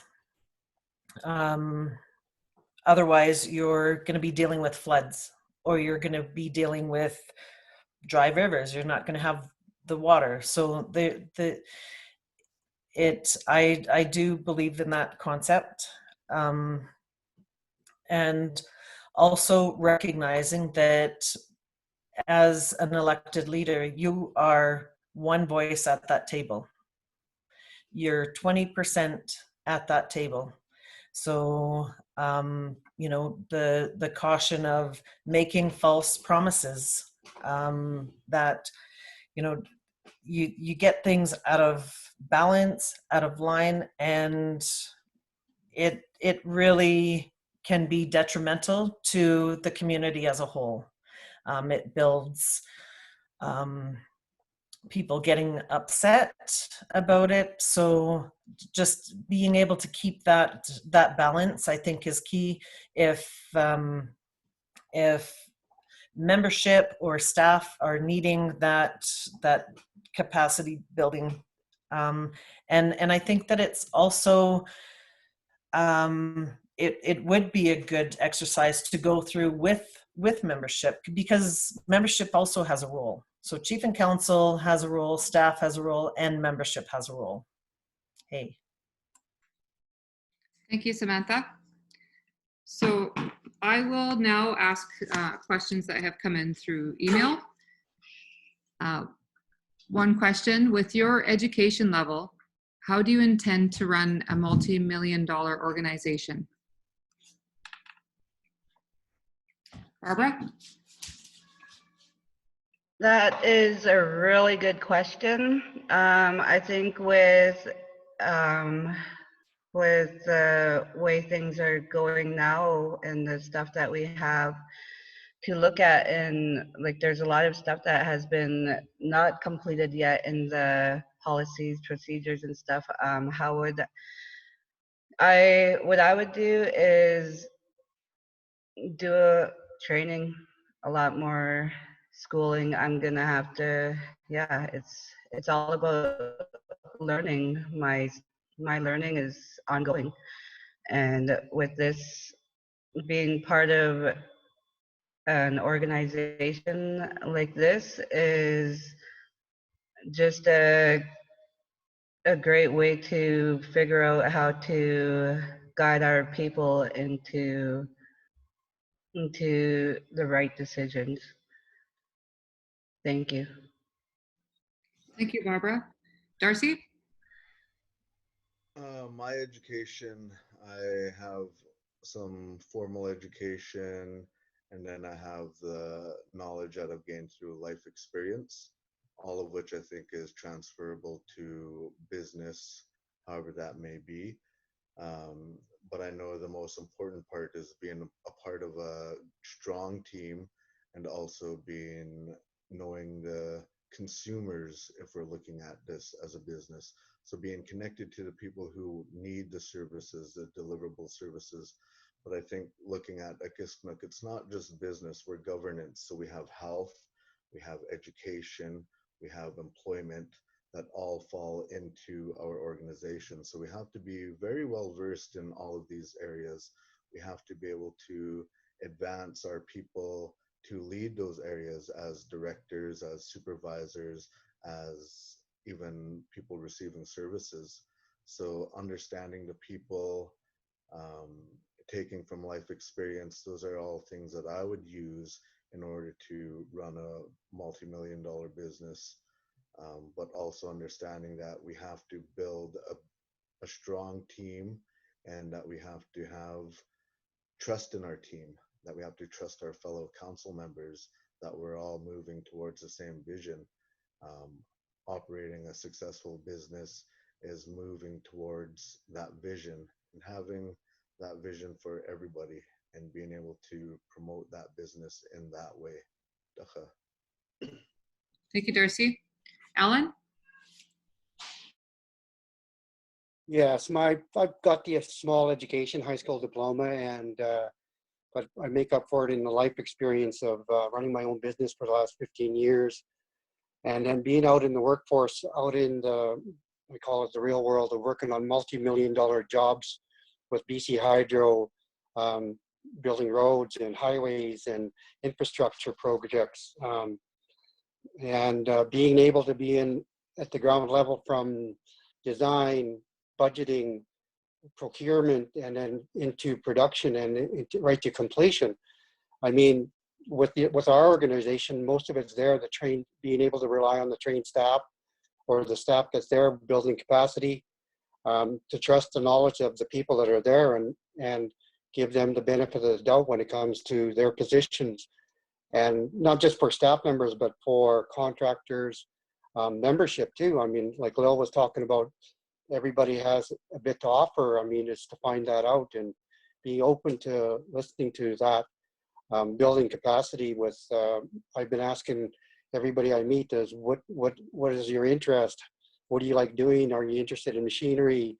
Some people like doing manual labor, and some people want to be in the $1 million machinery and operating that, but they haven't had the opportunities.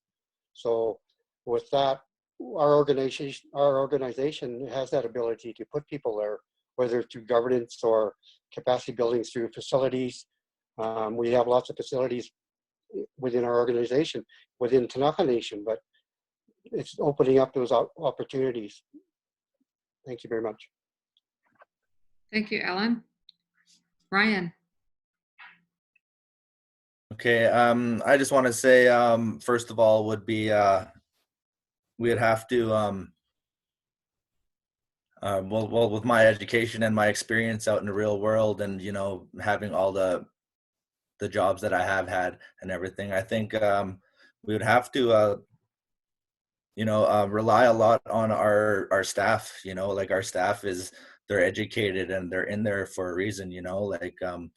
They're there to help, better our people, better our community, and better on our goals, so I think just the multi-million-dollar thing, is just a number, I think, and going in there with a clean mind, with with communications with the community, and communications with a lot of people in the valley here, like if you're communicating with a lot of people, you can find out what a lot of people have to offer, and what you're able to conquer and everything like that. So I just think a little bit more communication, and and just a little bit more listening and getting hands-on would be a really big key for bettering the community, and and help just with projects and everything in the future. Thank you. Thank you, Ryan. Lillian? The question, how does my education fit into running a multi-million-dollar organization? I have some post-secondary education, went to school in Chicago for 3 years, started off in intercultural studies, and then eventually took lots of courses through employment, lots of finance management courses, project management, attended the University of Calgary. And then I think that in my career, I was elected to a number of boards. So I participated at a board level with Aboriginal Tourism Association of BC. At the beginning of our treaty financing process, the Tanaka-Kinbasket Treaty Financing Committee, the Native Communications Society of BC, and these are all agencies, organizations that had multi-million-dollar budgets. In particular, I'd like to say that it was while I was serving on the regional district of Akisqnuk. I was elected to serve as Area F, and the regional district budget was close to $30 million, and that was what funded programs, services within the regional district, and in particular, the rural area surrounding Akisqnuk. And so working with a really good cohort of staff, making sure that policies were in place. I've seen how well that the regional district was run and how it was run. And there were still some shady characters involved in there, but just watching that organization, participating in it, being at that table during the whole jumbo debate, the East Side of Columbia debate, you know, gave me a strong voice. I'm not afraid to stand up to the big bullies when it comes down to Tanaka rights and title. And like I said, their budget was in excess of $30 million, and every year for the 2 years that I served was able to see what you can do when you have all of the right elements put together and the right staff. So I would commit to being very careful and thoughtful in the management of any of the assets of Akisqnuk First Nation.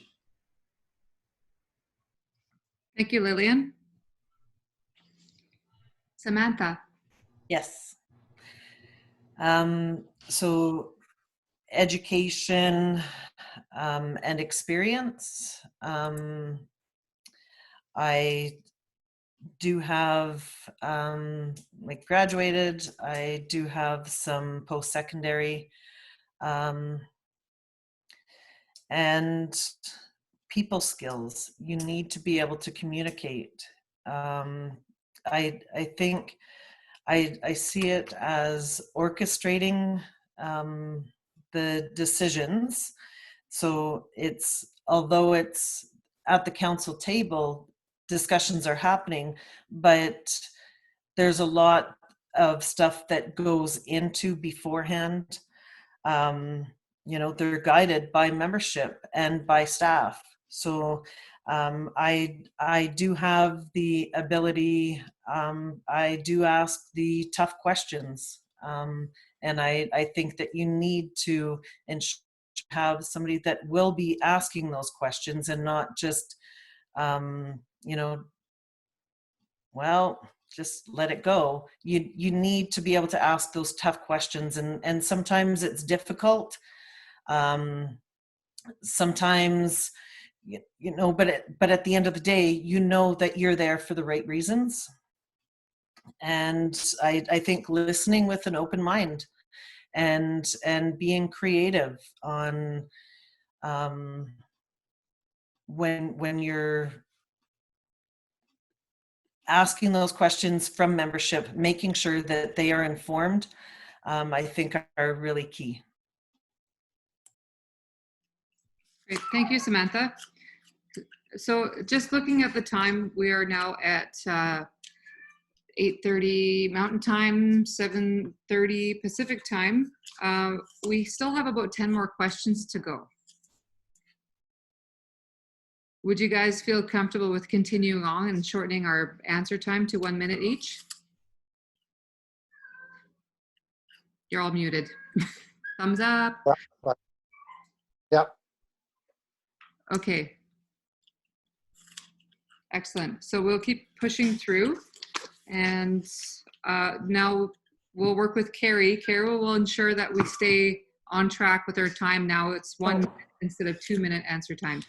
Trisha, could I just ask, is there any chance you could review the questions to see whether or not they're of like-minded and combine them? Yeah, I have done that with the UNDRIP and the Truth and Reconciliation. So I will do that. The next question, with the current, Michelle, can I just add something for the candidates? Just because the 1 minute will be a lot shorter than you're used to. And I realize it's hard to look at the chat and the warnings when you're trying to think. I think at the 20-second mark, I'll just open the video. So if you see me on there, does that work, or would you like to keep at the chat? Are you getting used to seeing the 20-minute warning on the chat? 20 minutes. 20 Okay. minutes. We'll keep it the same then. Thank you. okay, 20-second warning. 20 Thank you. seconds. Okay, continuing on. Thank you, Carrie. With the current global pandemic occurring right now and health experts alerting us of possible second wave of COVID-19, what can you do to assure the community is protected and a proper set of measures are put in place in the appropriate manner? Barbara? Hi. I believe with the pandemic that has gone on, like we have been able to um, transition very well. With the monies and that had gone out, it was great. Like it did help. I believe that we have to be like, if we have a pandemic that is already in place, our plan, then we need to start sticking to it. The safety for our community and our people is very, very like serious. We don't have that much elders in our nation, which can help us with all of our Akisqnuk stiches. So to be able to have our people staying home, being not like social distancing, and being able to provide them with the necessary tools like food, um, the monies to pay for their bills. I know the government has done such a great job with that, but we really need to look at having our people safe. Thank you. Thank you, Barbara. Darcy? Yeah, can you repeat that question? With the current global pandemic occurring right now and health experts alerting us of a possible second wave of COVID-19, what can you do to assure the community is protected and a proper set of measures are put in place in an appropriate manner? I think for myself and what I know of the council and the organization is that we've got a good team in place for that. They're moving to be on top of the information that's coming out and being able to provide direction to services that are available. But I think with anything, we can always improve our level of communication to be able to maybe gather a database of numbers, emails, and other ways to contact our members to reach off reserve and on reserve people in the way that they feel best suits their needs. That way we can provide them the services, because I know at the nation level, we've gotten emails that allow us access to mental health services while socially isolating. How can we bring those kind of ideas to the community to help our members that might have mental health or need some counseling or just that connection to people? So always evolving with our ideas, but also opening communication. Good. Thank you, Darcy. Alan? Yes, I mean, everything that's been put in place right now is there. What I've noticed in other communities that they have a lot more signage informing people about visiting and restricting time that they're there. When it comes to the dollars, and I think it'd be better off sending food cards or gift cards on a bi-weekly basis or a little more often, where you get the money at once, it's spent and gone, you're out of food, you don't know whatever. And also it seems to be the same people that you see outside, not conforming to all the not rules, but what's been put in place, safety measures put in place. It's to get the people out there to educate those individuals and remind them that, like the other was mentioned about the elders, it's not just elders, it's people with compromised immune systems also. So it's work together and stay safe. Thank you, Ellen. Ryan. Hello. Yeah, for this pandemic question here is, the pandemic has been going on for about 2.5 months now and everything like that. And from my experiences and what I've seen done throughout other communities and through our community is really good involvement with the community and, getting the information out. And and signage and all that stuff is a key thing for everybody knowing that we're moving forward in this pandemic. Not knowing when this second wave is going to hit and with everything opening up nowadays is really, really tough. Over the weekend, like a long weekend, we were like in Windermere here, like it was ridiculous. Like Albertans everywhere. I drove through Windermere. There's people not social distancing. There's kids all over the streets. There's people like down at Shady Brook, the old Shady Brook thing. There's hundreds of people in the parks and stuff, and that's unacceptable in my eyes. So I just hope everybody's being safe under reserve, following the restrictions and the procedures, and and communication is a good thing too. And Ali mentioned the signing and stuff, and I think a little bit more signing on the end of reserves, just letting people know that we're social distancing and that we're taking it seriously. And I think that is a key too. So I just want to thank everybody for doing their part, and let's just continue being safe and moving forward from here. Thank you. Thank you, Ryan. Lillian, 1 minute. Okay, lots to talk about, but the one thing that I have to bring to everyone's attention is that we operate a daycare, we operate a campground, and we're operating a recreation center. And those are interfaces where there's a lot of people involved in that. And so I'm just going to throw it out there, just food for thought, is that I do know that any requirement that we have to run a daycare was long gone. Like I think we had a 10-year commitment that any of the funding we received to operate the daycare for the building, constructing the building, we would run it for 10 years. And so, I'm not sure where the business is at, but just food for thought. Plus, we also have a campground that we continually throw money at. We don't have the proper infrastructure to build that campground into anything more than it currently is. So think about, because of the very tight quarters in this pandemic and camping, is this the time to sort of take a look now at, all the assets that we do have, and perhaps change direction? It's all just food for thought. We have a recreation center that we need to have people in those doors, and we need to manage that.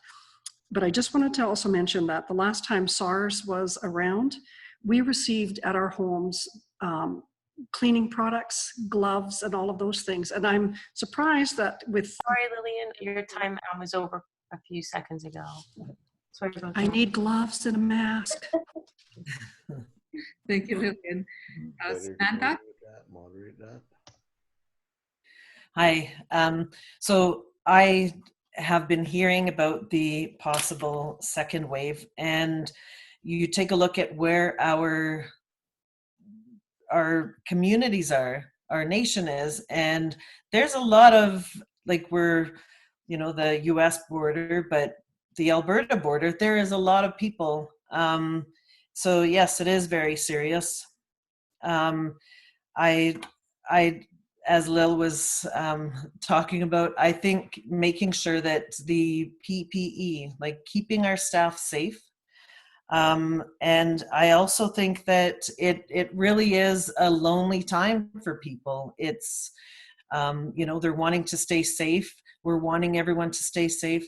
And I know staff is, some of them are working from home, but just being able to have, I would encourage to have like somebody available, get the 1-800 numbers out there for people that are needing somebody to talk to, but also at the band office, like that, just to be reassured that, you know, people are all accounted for and that everybody's safe, whether it be a phone, you know, a call out or what have you. But that, I think, would help to alleviate some of that fear and have people feel connected. Thank you, Samantha. Moving on to the next question. Are candidates prepared to hold band administration and staff accountable regardless of outside or family relationships? Barbara.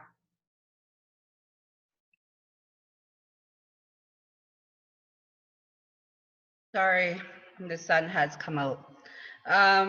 Anyways, accountability can be like, everybody has to have accountability for all actions that they do. I believe that if it's going to be chief and council accountability, then we have to acknowledge that decisions were made on behalf of membership, but accountability will always come back to chief and council. And yes, I believe that we will be strong enough to uphold what we believe. Yeah, thank you. Thank you. Darcy. Just to comment on that, when we're looking at being able to uphold the accountability dependent on family or whatever connection to that, I think we have to understand that we are all family pretty much from the reserve.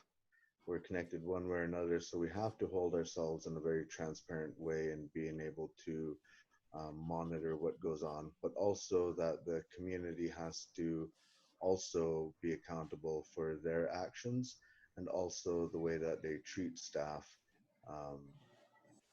And the same goes to the way that our staff treat the members. We have to have good conversation. We have to have respectful communication, respectful boundaries, and being able to enforce that in a way that benefits our community as we're serving our community.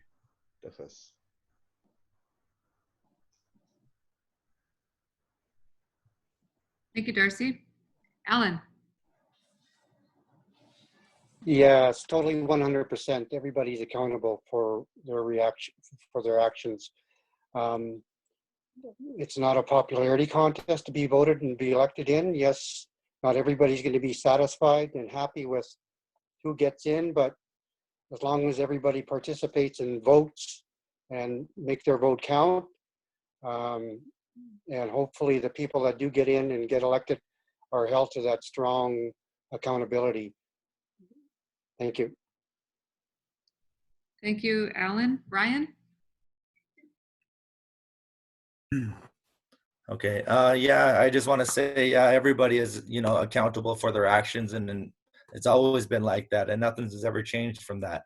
So, and me being, you know, a Nicholas and part of this community, and I have a lot of family in this community in the Valley and stuff like that. I think, you know, just you can't take family into considerations at stuff like this. I think you have to be lean, you got to be stern, you got to have a solid foot down, you know, and I think that is something that needs to be shown with your actions, and it needs to be shown through community for your members and everything. So communication is one really key thing for that. So thank you.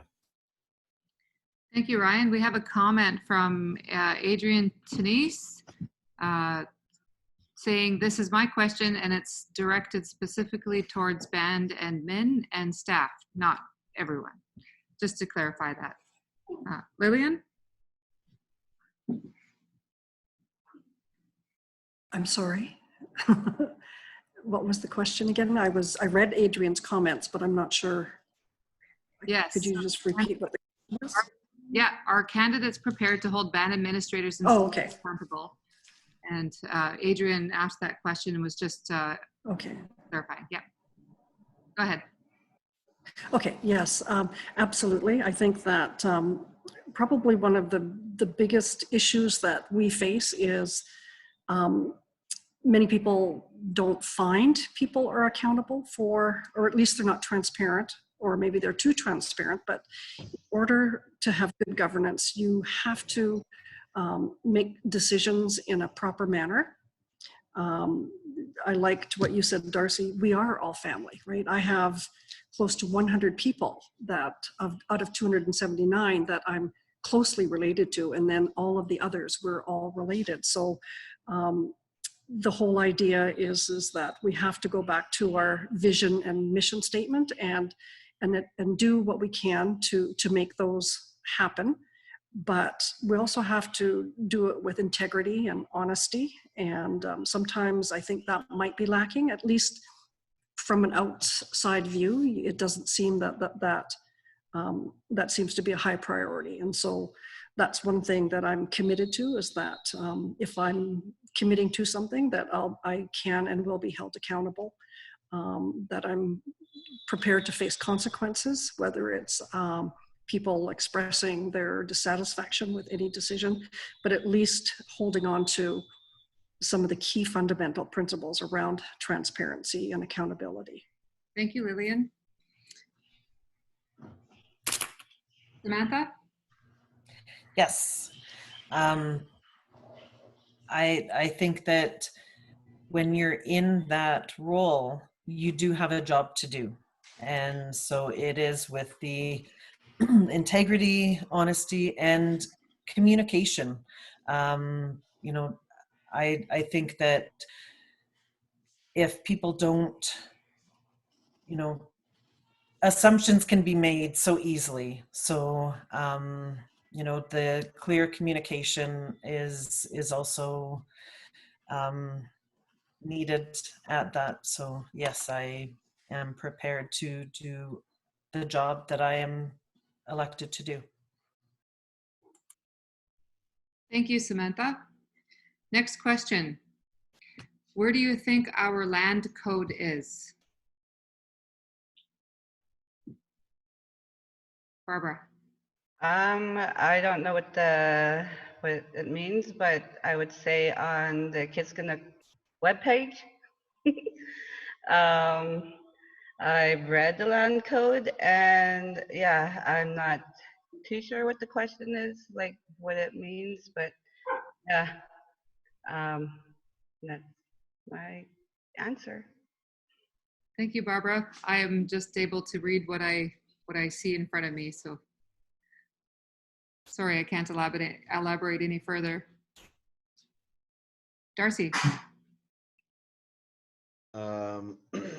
The land code is at a place where it's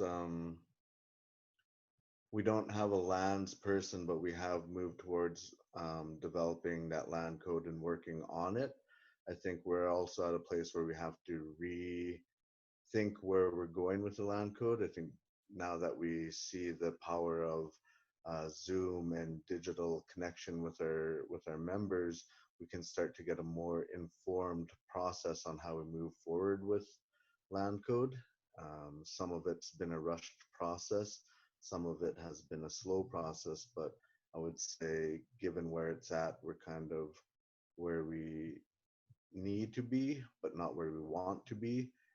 But we will get to where we need to be if we work hard on it and be more informed as a community. Thank you, Darcy. Alan? Yes, I think a couple of times the land code was ready to go to vote, but it was delayed at the council table. For what reasons were never produced or never put out to the community. From that's what I understand what I've read on the website. In the last two times we've had two different managers in there. They've gotten it to stages where they're ready to go vote, and it's been set aside. So once all the work and effort that's been put into by the members of the committee and the membership that's put information out there, then it gets to the leadership table. That's where it seems to stall all the time. So there's a priority that needs to get it developed, because the fact that our dollars that are in the bank and our lands that we live in right now are being not used to its highest potential. So, I mean, it's a work in progress still. So thank you. Thank you, Ellen. Brian?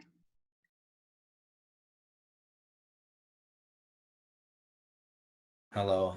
Yeah, for the land code and stuff, I think we just need to, get communication going with the land code and press forward with what we know and what we have to acknowledge as our land and stuff. And I think with these land claims going on and stuff, it really just shows a lot that that we should know this land code and everything, because these claims and everything going on, and if you don't have involvement in it, you really don't know what's going on with what's going on around here.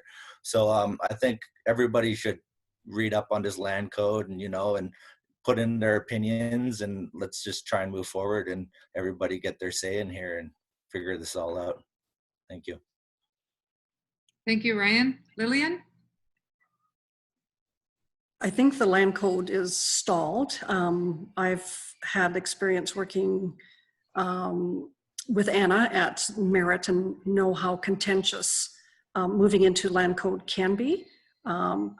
What it does is it provides freedom to manage your own lands on reserve, but we have to remember that we are still in the treaty process, and with that particular process comes treaty lands. And so we're looking at our beautiful reserve here, and I find it a little bit hard to swallow that we think that the highest and best use of our land is to lease it to non-native people.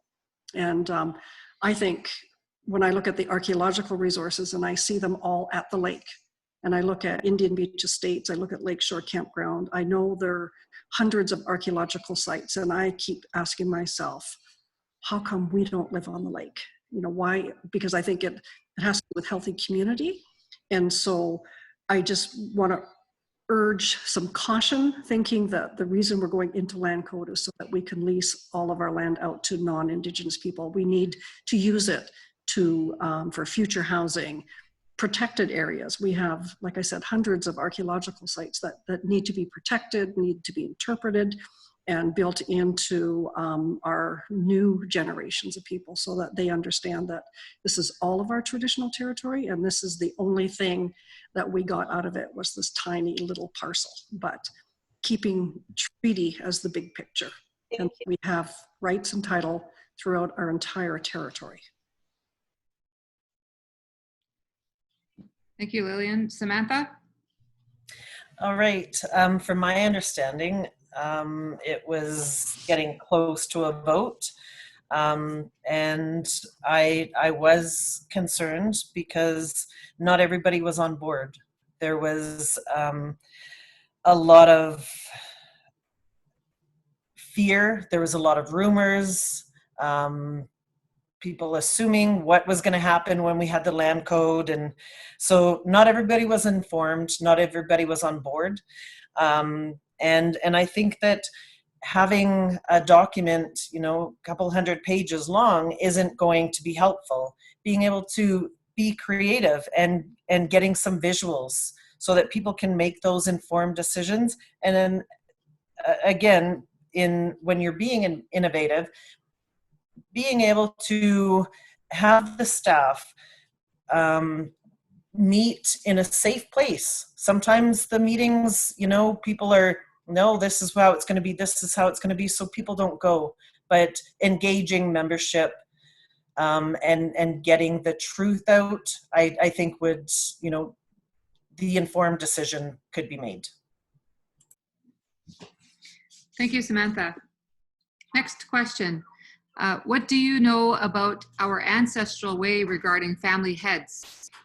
Little note, this was worked on at a treaty citizens meeting. How did we travel? Barbara? I'm not too sure how that, really with it.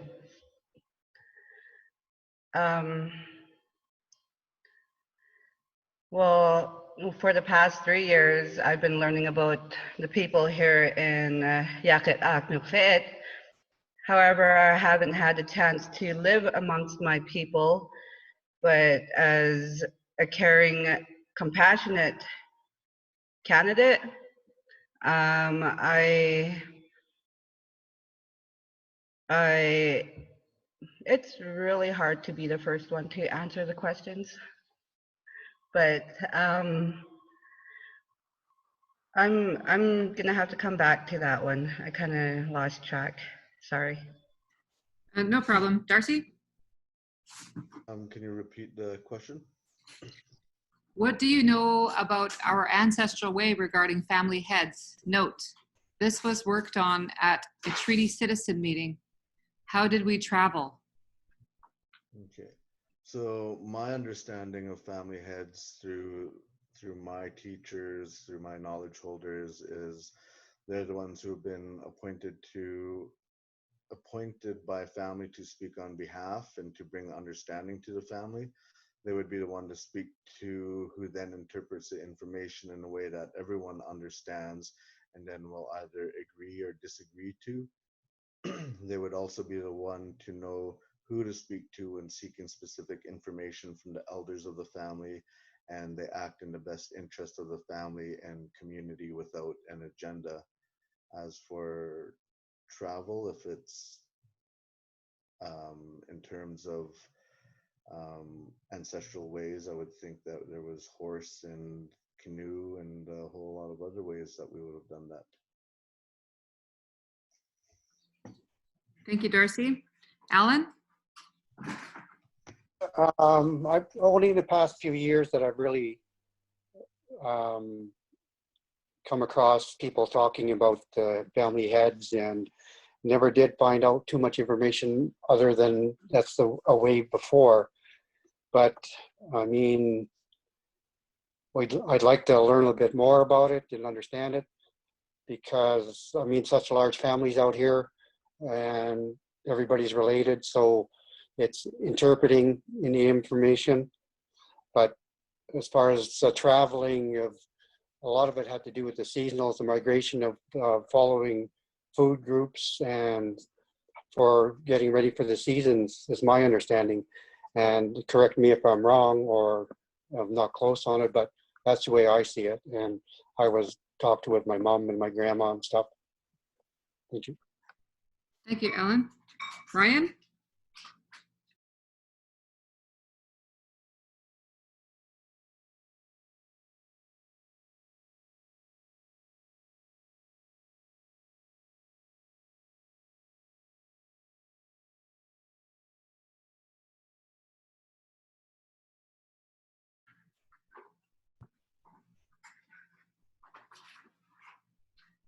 Hello? There you are. Okay, there we go. All right. I just want to just talk about the family heads and stuff, and in traditional ways and stuff. Like I when I was growing up here and everything, like I say, and there was a lot of culture camps and a lot of stuff that we did in youth and with our elders and stuff, and they shared a lot of stories and a lot of stuff that was really interesting.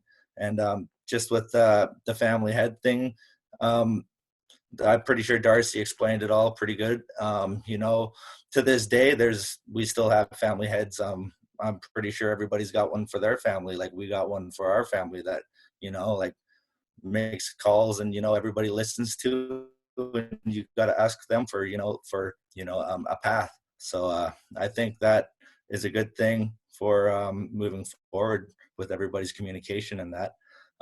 For the ancestral stuff, for the migration trails and everything, lots of tales. Everybody knows their migration trails. You talk to the elders. Like back in the day, they used to tell us tales of all the migration trails around here, and and even with the residential schools, like having runaway kids and stuff, knowing that they got migration trails, knowing how to get back to the communities, and not having transportation to do that was a key thing. So a lot of acknowledgement, knowing these trails and stuff like that would really do good for our community and proceeding in our elderly way.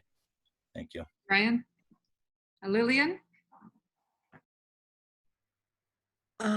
Family heads, holy moly. Having such a large family, and some people not understanding the dynamics of what it takes to get 72 people to agree to something, and how, so I'm not a real fan of that discussion, because I felt like, is this something we're just picking up from the coast? Because they have clans, right? And we had family groupings versus clans and things like that. So I'm still out to, trying to figure out, is that really something that's traditional to Naha, or is it something that we're evolving into? And, I'm, virtually a single woman.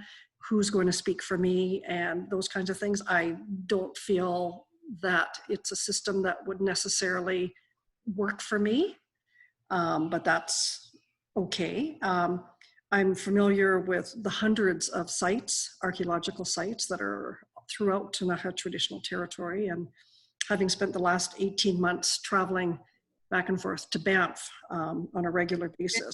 1 minute is up. Thank you. Samantha? So just when I think of the family heads, and I know that it's been talked about for a very long time, there are some issues with that model. I'm, a former father child survivor. And so people just, I don't think that they understand where they belong or how they belong, and so I think but all of that information's there. It's like a puzzle that we need to put together. And so I think that before we can move to that, I think being able to identify and know who you're related and how you're related. I keep hearing it, but until you're able to actually see how you're related, I think that would alleviate some of this. Like there are people and there's people that are going to be coming back that don't know how they're related. They don't know where they belong. So that's really near and dear to me. Thank you, Samantha. Next question. What do you know about our community? Or Barbara, did you want to go back to the question and answer? I'm sorry. Yeah, now that I have a little bit more about the family heads, that one is a discussion that will have to go to a lot of our families, because we can't just go ahead and make decisions, because, well, a lot of us don't agree on stuff. And I think with the family heads, if they can speak truthfully for our people, for our families, I think if they believe that they have the right intention, then family heads is an all right thing. However, I think we have to be able to listen to like each other. We have to be able to listen. We have to be able to hear each other, and at the end of the day, come up with a good solution. As to the ancestral ways of travel, we walked everywhere. It wasn't until the Europeans came along that we got the horses. I believe, yeah, it was all mostly by walking, canoe, sturgeon canoe. Your 1 minute is up. Okay, thank you. Excellent. Okay, so this time, this question, because Barbara is feeling a little bit pressured by being the first one. If you guys are okay with it, I will mix it up this time. Yeah. Okay, the next question, what do you know about our community? And I will ask Lillian. Our community. I know a lot. I've been here a long time. And I've seen lots. Oh, can you still hear me? Yes. Okay. I'm born and raised here, lived here all my life, come and go for various opportunities, always come back. have been involved in some of the developments over the years. The Arbor was able to design that and get that happening, was involved in the building of the daycare, owned, managed the campground and some of the other business assets of Akisqnuk. Had the great opportunity of doing the mural that's at the rec center. That was a good project. That's my my way of showing how much pride I have in our community was by collecting and curating that mural project that was dedicated to athletes of yesterday and today and tomorrow. So I love Akisqnuk, and I'm quite familiar with it. I walk it from the mountain to the lake every chance I get. Thank you, Lillian. Let's go with Alan.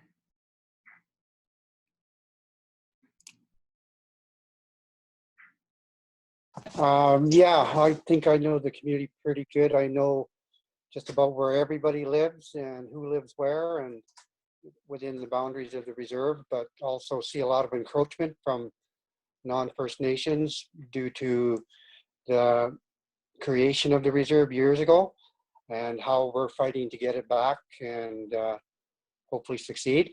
Yeah, it's a great place to live. It used to be quiet, but now with all the development, you can't sit outside with a cup of coffee without hearing 20 vehicles go by on a Sunday morning. So it's nice to live here, and the people are great, and every Akisqnuk Tanaka member around here is great. Thank you. Thank you, Alan. Samantha.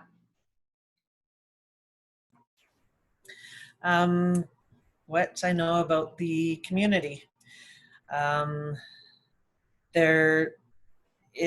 It is within the Tunaqa Makis. There is a lot of history here. I have been fortunate enough to hear some of the stories, and I think that the potential is just amazing, and it's a very strong people that I think with some once we are able to, it sometimes feels divided, but there's so much potential for it to come together. So, okay. Thank you. Darcy. I think just looking at my understanding of the community is we have a strong history, legacy, dynasty for sports and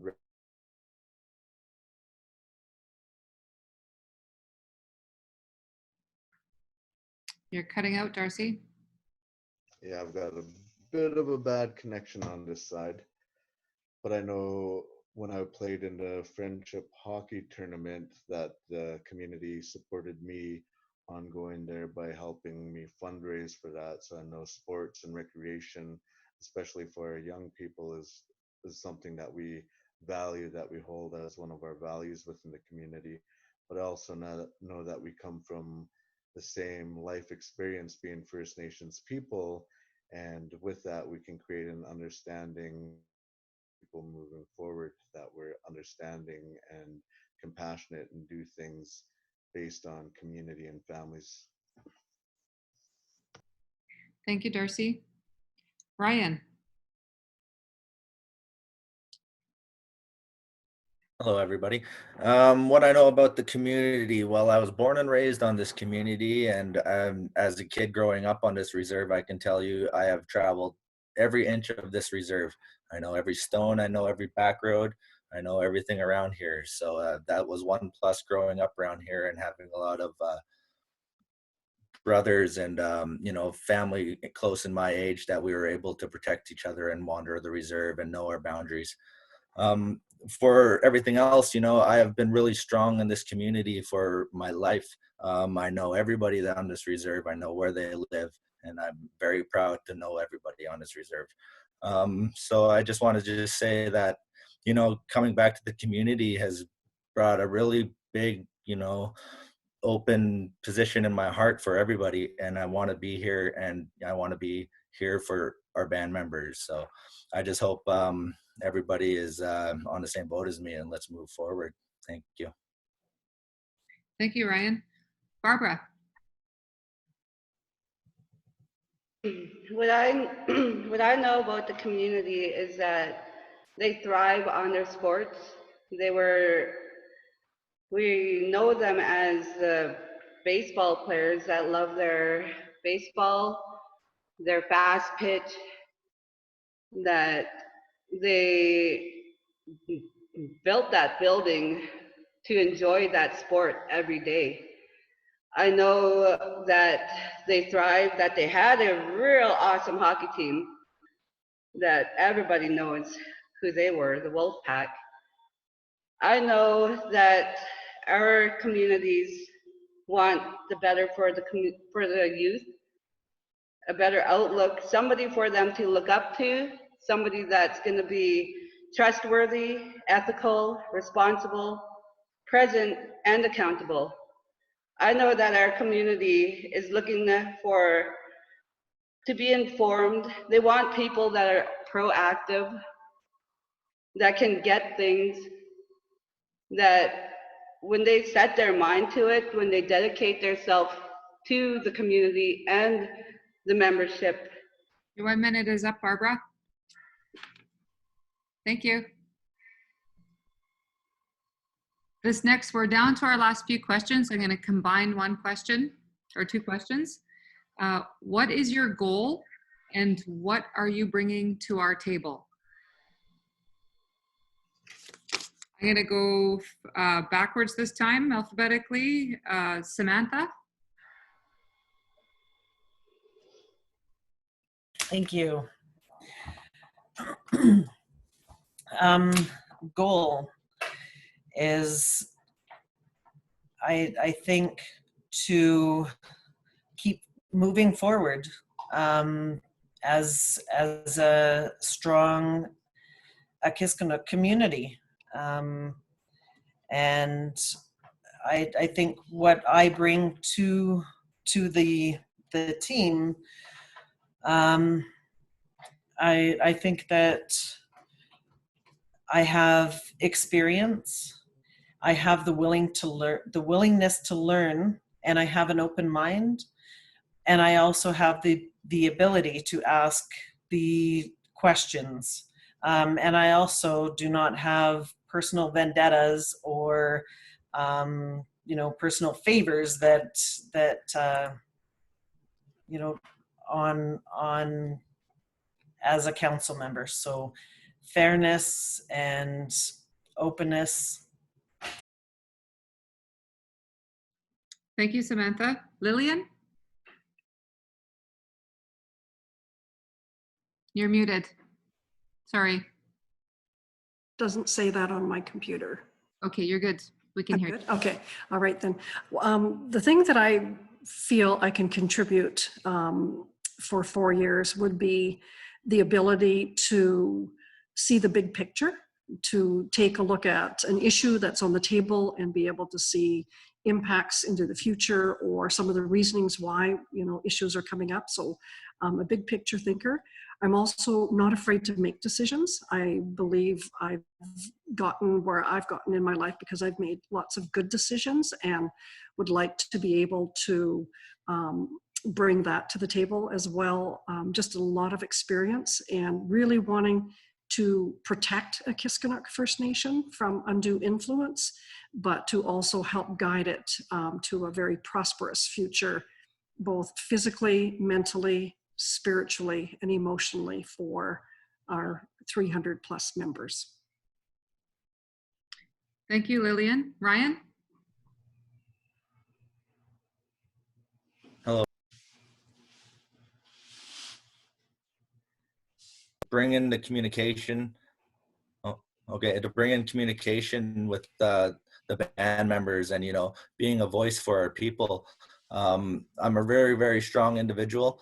You know, very loud. I get my words across, but I'm also a good listener, and I never hesitate to listen to anybody. So that is one thing that I'm looking to do. I'm also looking to get back into the community that I've been away from for over 15 years. Like communication wise, I've always been here. Physically, I haven't. So I just want to be a present person for that. For what I want is I just wanted the communication. I want to be able to get back into the community and find out what I've been missing, and find out over the years what has been done, what hasn't been done. I just want to be a communication outlet for everybody. I want to bring, a knowledge to this table, and I want everybody to be able to talk to me is one thing. So I'm never afraid for communication, for conversations, for anything. So don't be afraid to reach out to me. Thank you. Thank you, Ryan. Alan? Yeah, I'd like to bring the proudness back into the community with the Akisqnuk members and have everybody look upon us as the strong strengths of the nation again, the way it was before, and be a healthy community, and just for everybody to get along and to work together and be positive. It's a big world out there, and we're going to be here for a while. So, thank you. Thank you, Alan. Darcy? Thinking of some of the skills that I have and the schooling that I've done for human service counseling would be the ability to listen and understand. I bring my understanding of human service and family services to the table. I want to work towards making a better place for our more vulnerable demographics, and the goal is healing. I wish to remove barriers for jobs, housing, and addictions. I want to be a part of a team that isn't afraid to address domestic violence, addiction, or grief and loss. And I wish to help our people remove the shackles of the past and move forward in a healthy, respectful, good way. But overall, my goal is healing, for us to come together strong as a community and as a family. Thank you, Darcy. Barbara? What I can bring to the table is the ability to look forward, visionary. I look at more of a bigger picture. Okay, I'll bring strength with our Dinaka language, our ancestry. I plan on making our chief and council learn their language, their lands, their resources, who they are, where they come from, and why we step up every day to keep fighting for our lands and our resources. My goal is to have strong Akisqnuk citizens working as one, having all their concerns and like anything, just talk to us, and we will make a solution. Thank you. Okay. 1 minute is up. So we're almost done. This is the last big question. The very last question is almost a yes or no question. Your personality, can you work with people? Do you get angry easily? If you don't get your way, what do you do? So I'm going to go back to the alphabetical order with Barbara. Okay, can you repeat the question? Your personality. Can you work with people? Do you get angry easily? If you don't get your way, what do you do? Well, if with everybody that knows me, I have the most awesomest personality in the world. Communication is a key thing to making better solutions, solving the problems. Yeah, I believe I can, if you have a question, my doors will be open. My phone will be on Facebook all the time. Yeah, I believe that I can ask questions and I can answer them, but I believe together we will make that the problem the solution. Taka. Thank you. Darcy. Personality, I think I'm easy to get along with, but looking at some of what was said earlier, we are one voice at that table. We are um, a small percentage of what goes on. So being able to work as a team with 5 other people at the table, and also the other 270-ish of our community members, we have to have strong communication and that ability to trust in one another. So there's a lot more to consider on my own hurt feelings. If I get hurt feelings, it doesn't matter. I have to remove my ego and be humble for um, being in a leadership position. It isn't me that I'm thinking about, it's everyone's children and grandchildren. Thank you, Darcy. Alan? Yeah, I think I have a strong bullheaded personality, but over the years of aging and being on leadership before and stuff, learning to say yes, be able to agree with everybody as long as it's in a positive way. You can argue and disagree, but once you come out of that room, you all have to go your own ways, and you can't dwell on it. It's like sports, team sports. There's no I in team, and that's going to be a big part of it, is everybody working together to produce good results from your biweekly meetings. Thank you, Alan. Ryan? Hello, everybody. I just want to say that over the last little bit, working in the sawmill and stuff, I've been putting it in a lot of very sticky situations and stuff, and my personality is like, I'm a very easygoing person, you know. I crack jokes, I get jokes, you know, and it takes a lot to upset me. But you know, when I do get upset, I'm very vocal at a reasonable rate. You know, I get my point across. I let you know if you rubbed me wrong or whatever.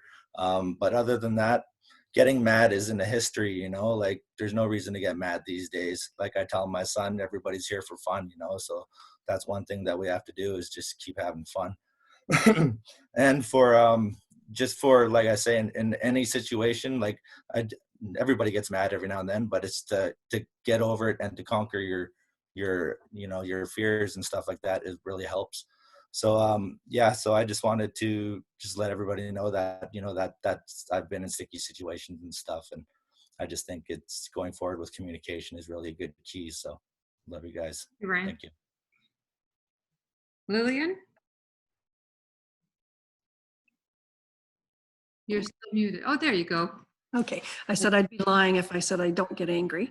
I do get angry when I see injustice. I think there are some things to get angry about, but I'm also the kind of person that doesn't hold grudges.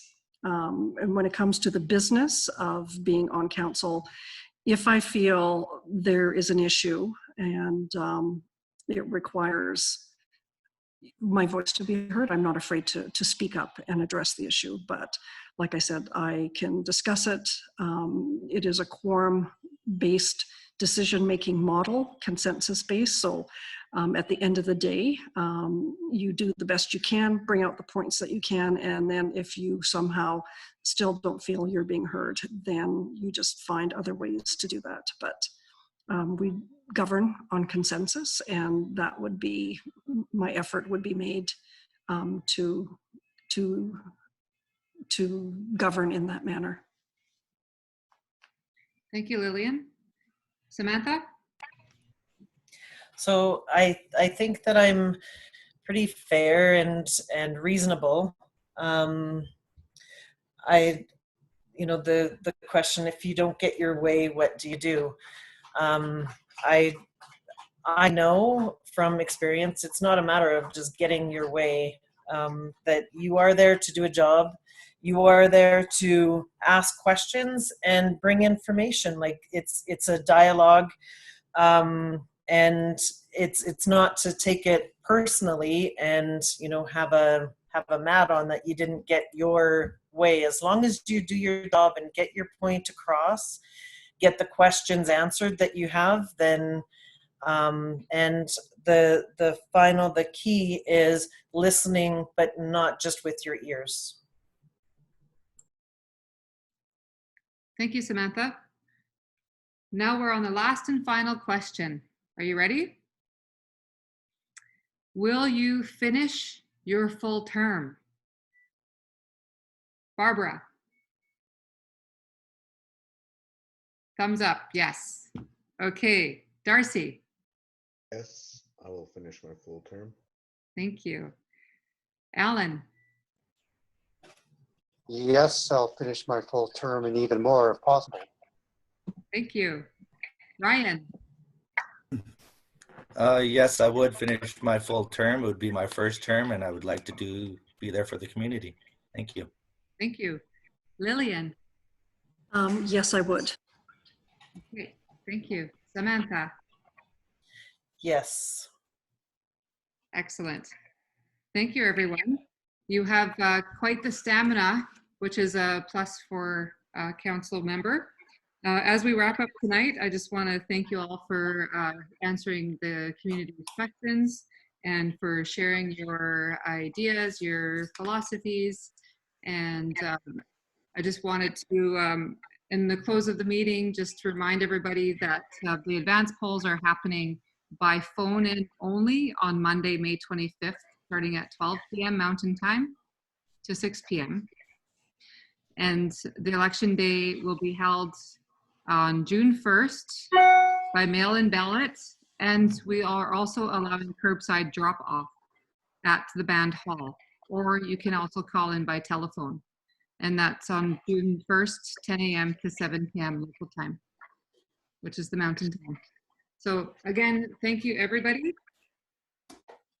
This video has been recorded, and it will be downloading into my computer, and I will be sharing it with the nation as soon as it's downloaded, so it can transfer, and then it can be shared with the members that weren't able to participate, who didn't have access tonight. So again, thank you all. Good night. Good night, everyone. Thank you. Good night. Thank you. Good night. Thank you, guys. There is just a question Oh. on the chat. Did we address that? How many participants online? We had 22 participants online. There was one other question that was Just before we're closing. mhm. that one was, I would like to know candidates' opinion of Akisqnuk relationship with KNC. Oh, would you like to answer that before we go? Yes. Okay, so we'll start off with Barbara again. We'll go in alphabetical order. I would like to know candidates' opinion on Akisqnuk relationship with KNC. I think our relationship with the KNC, well, I think we all have kind of something.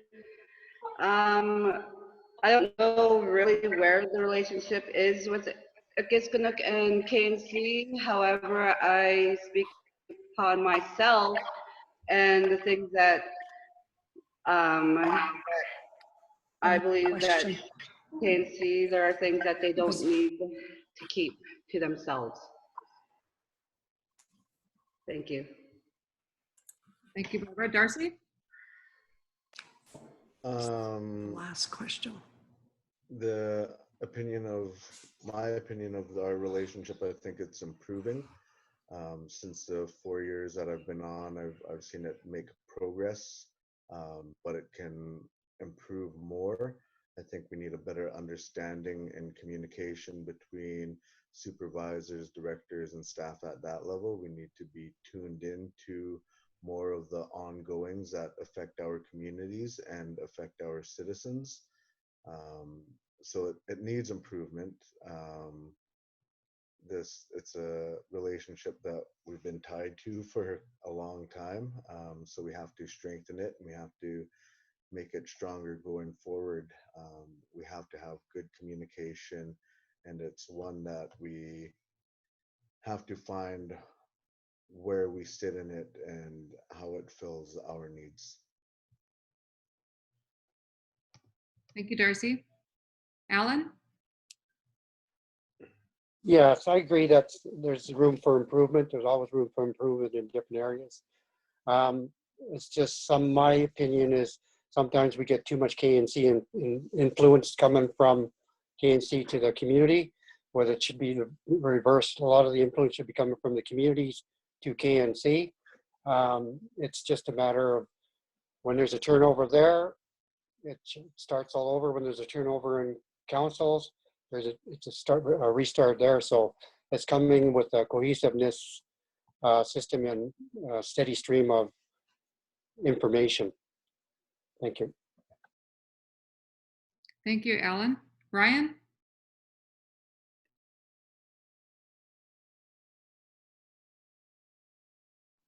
You're still on mute.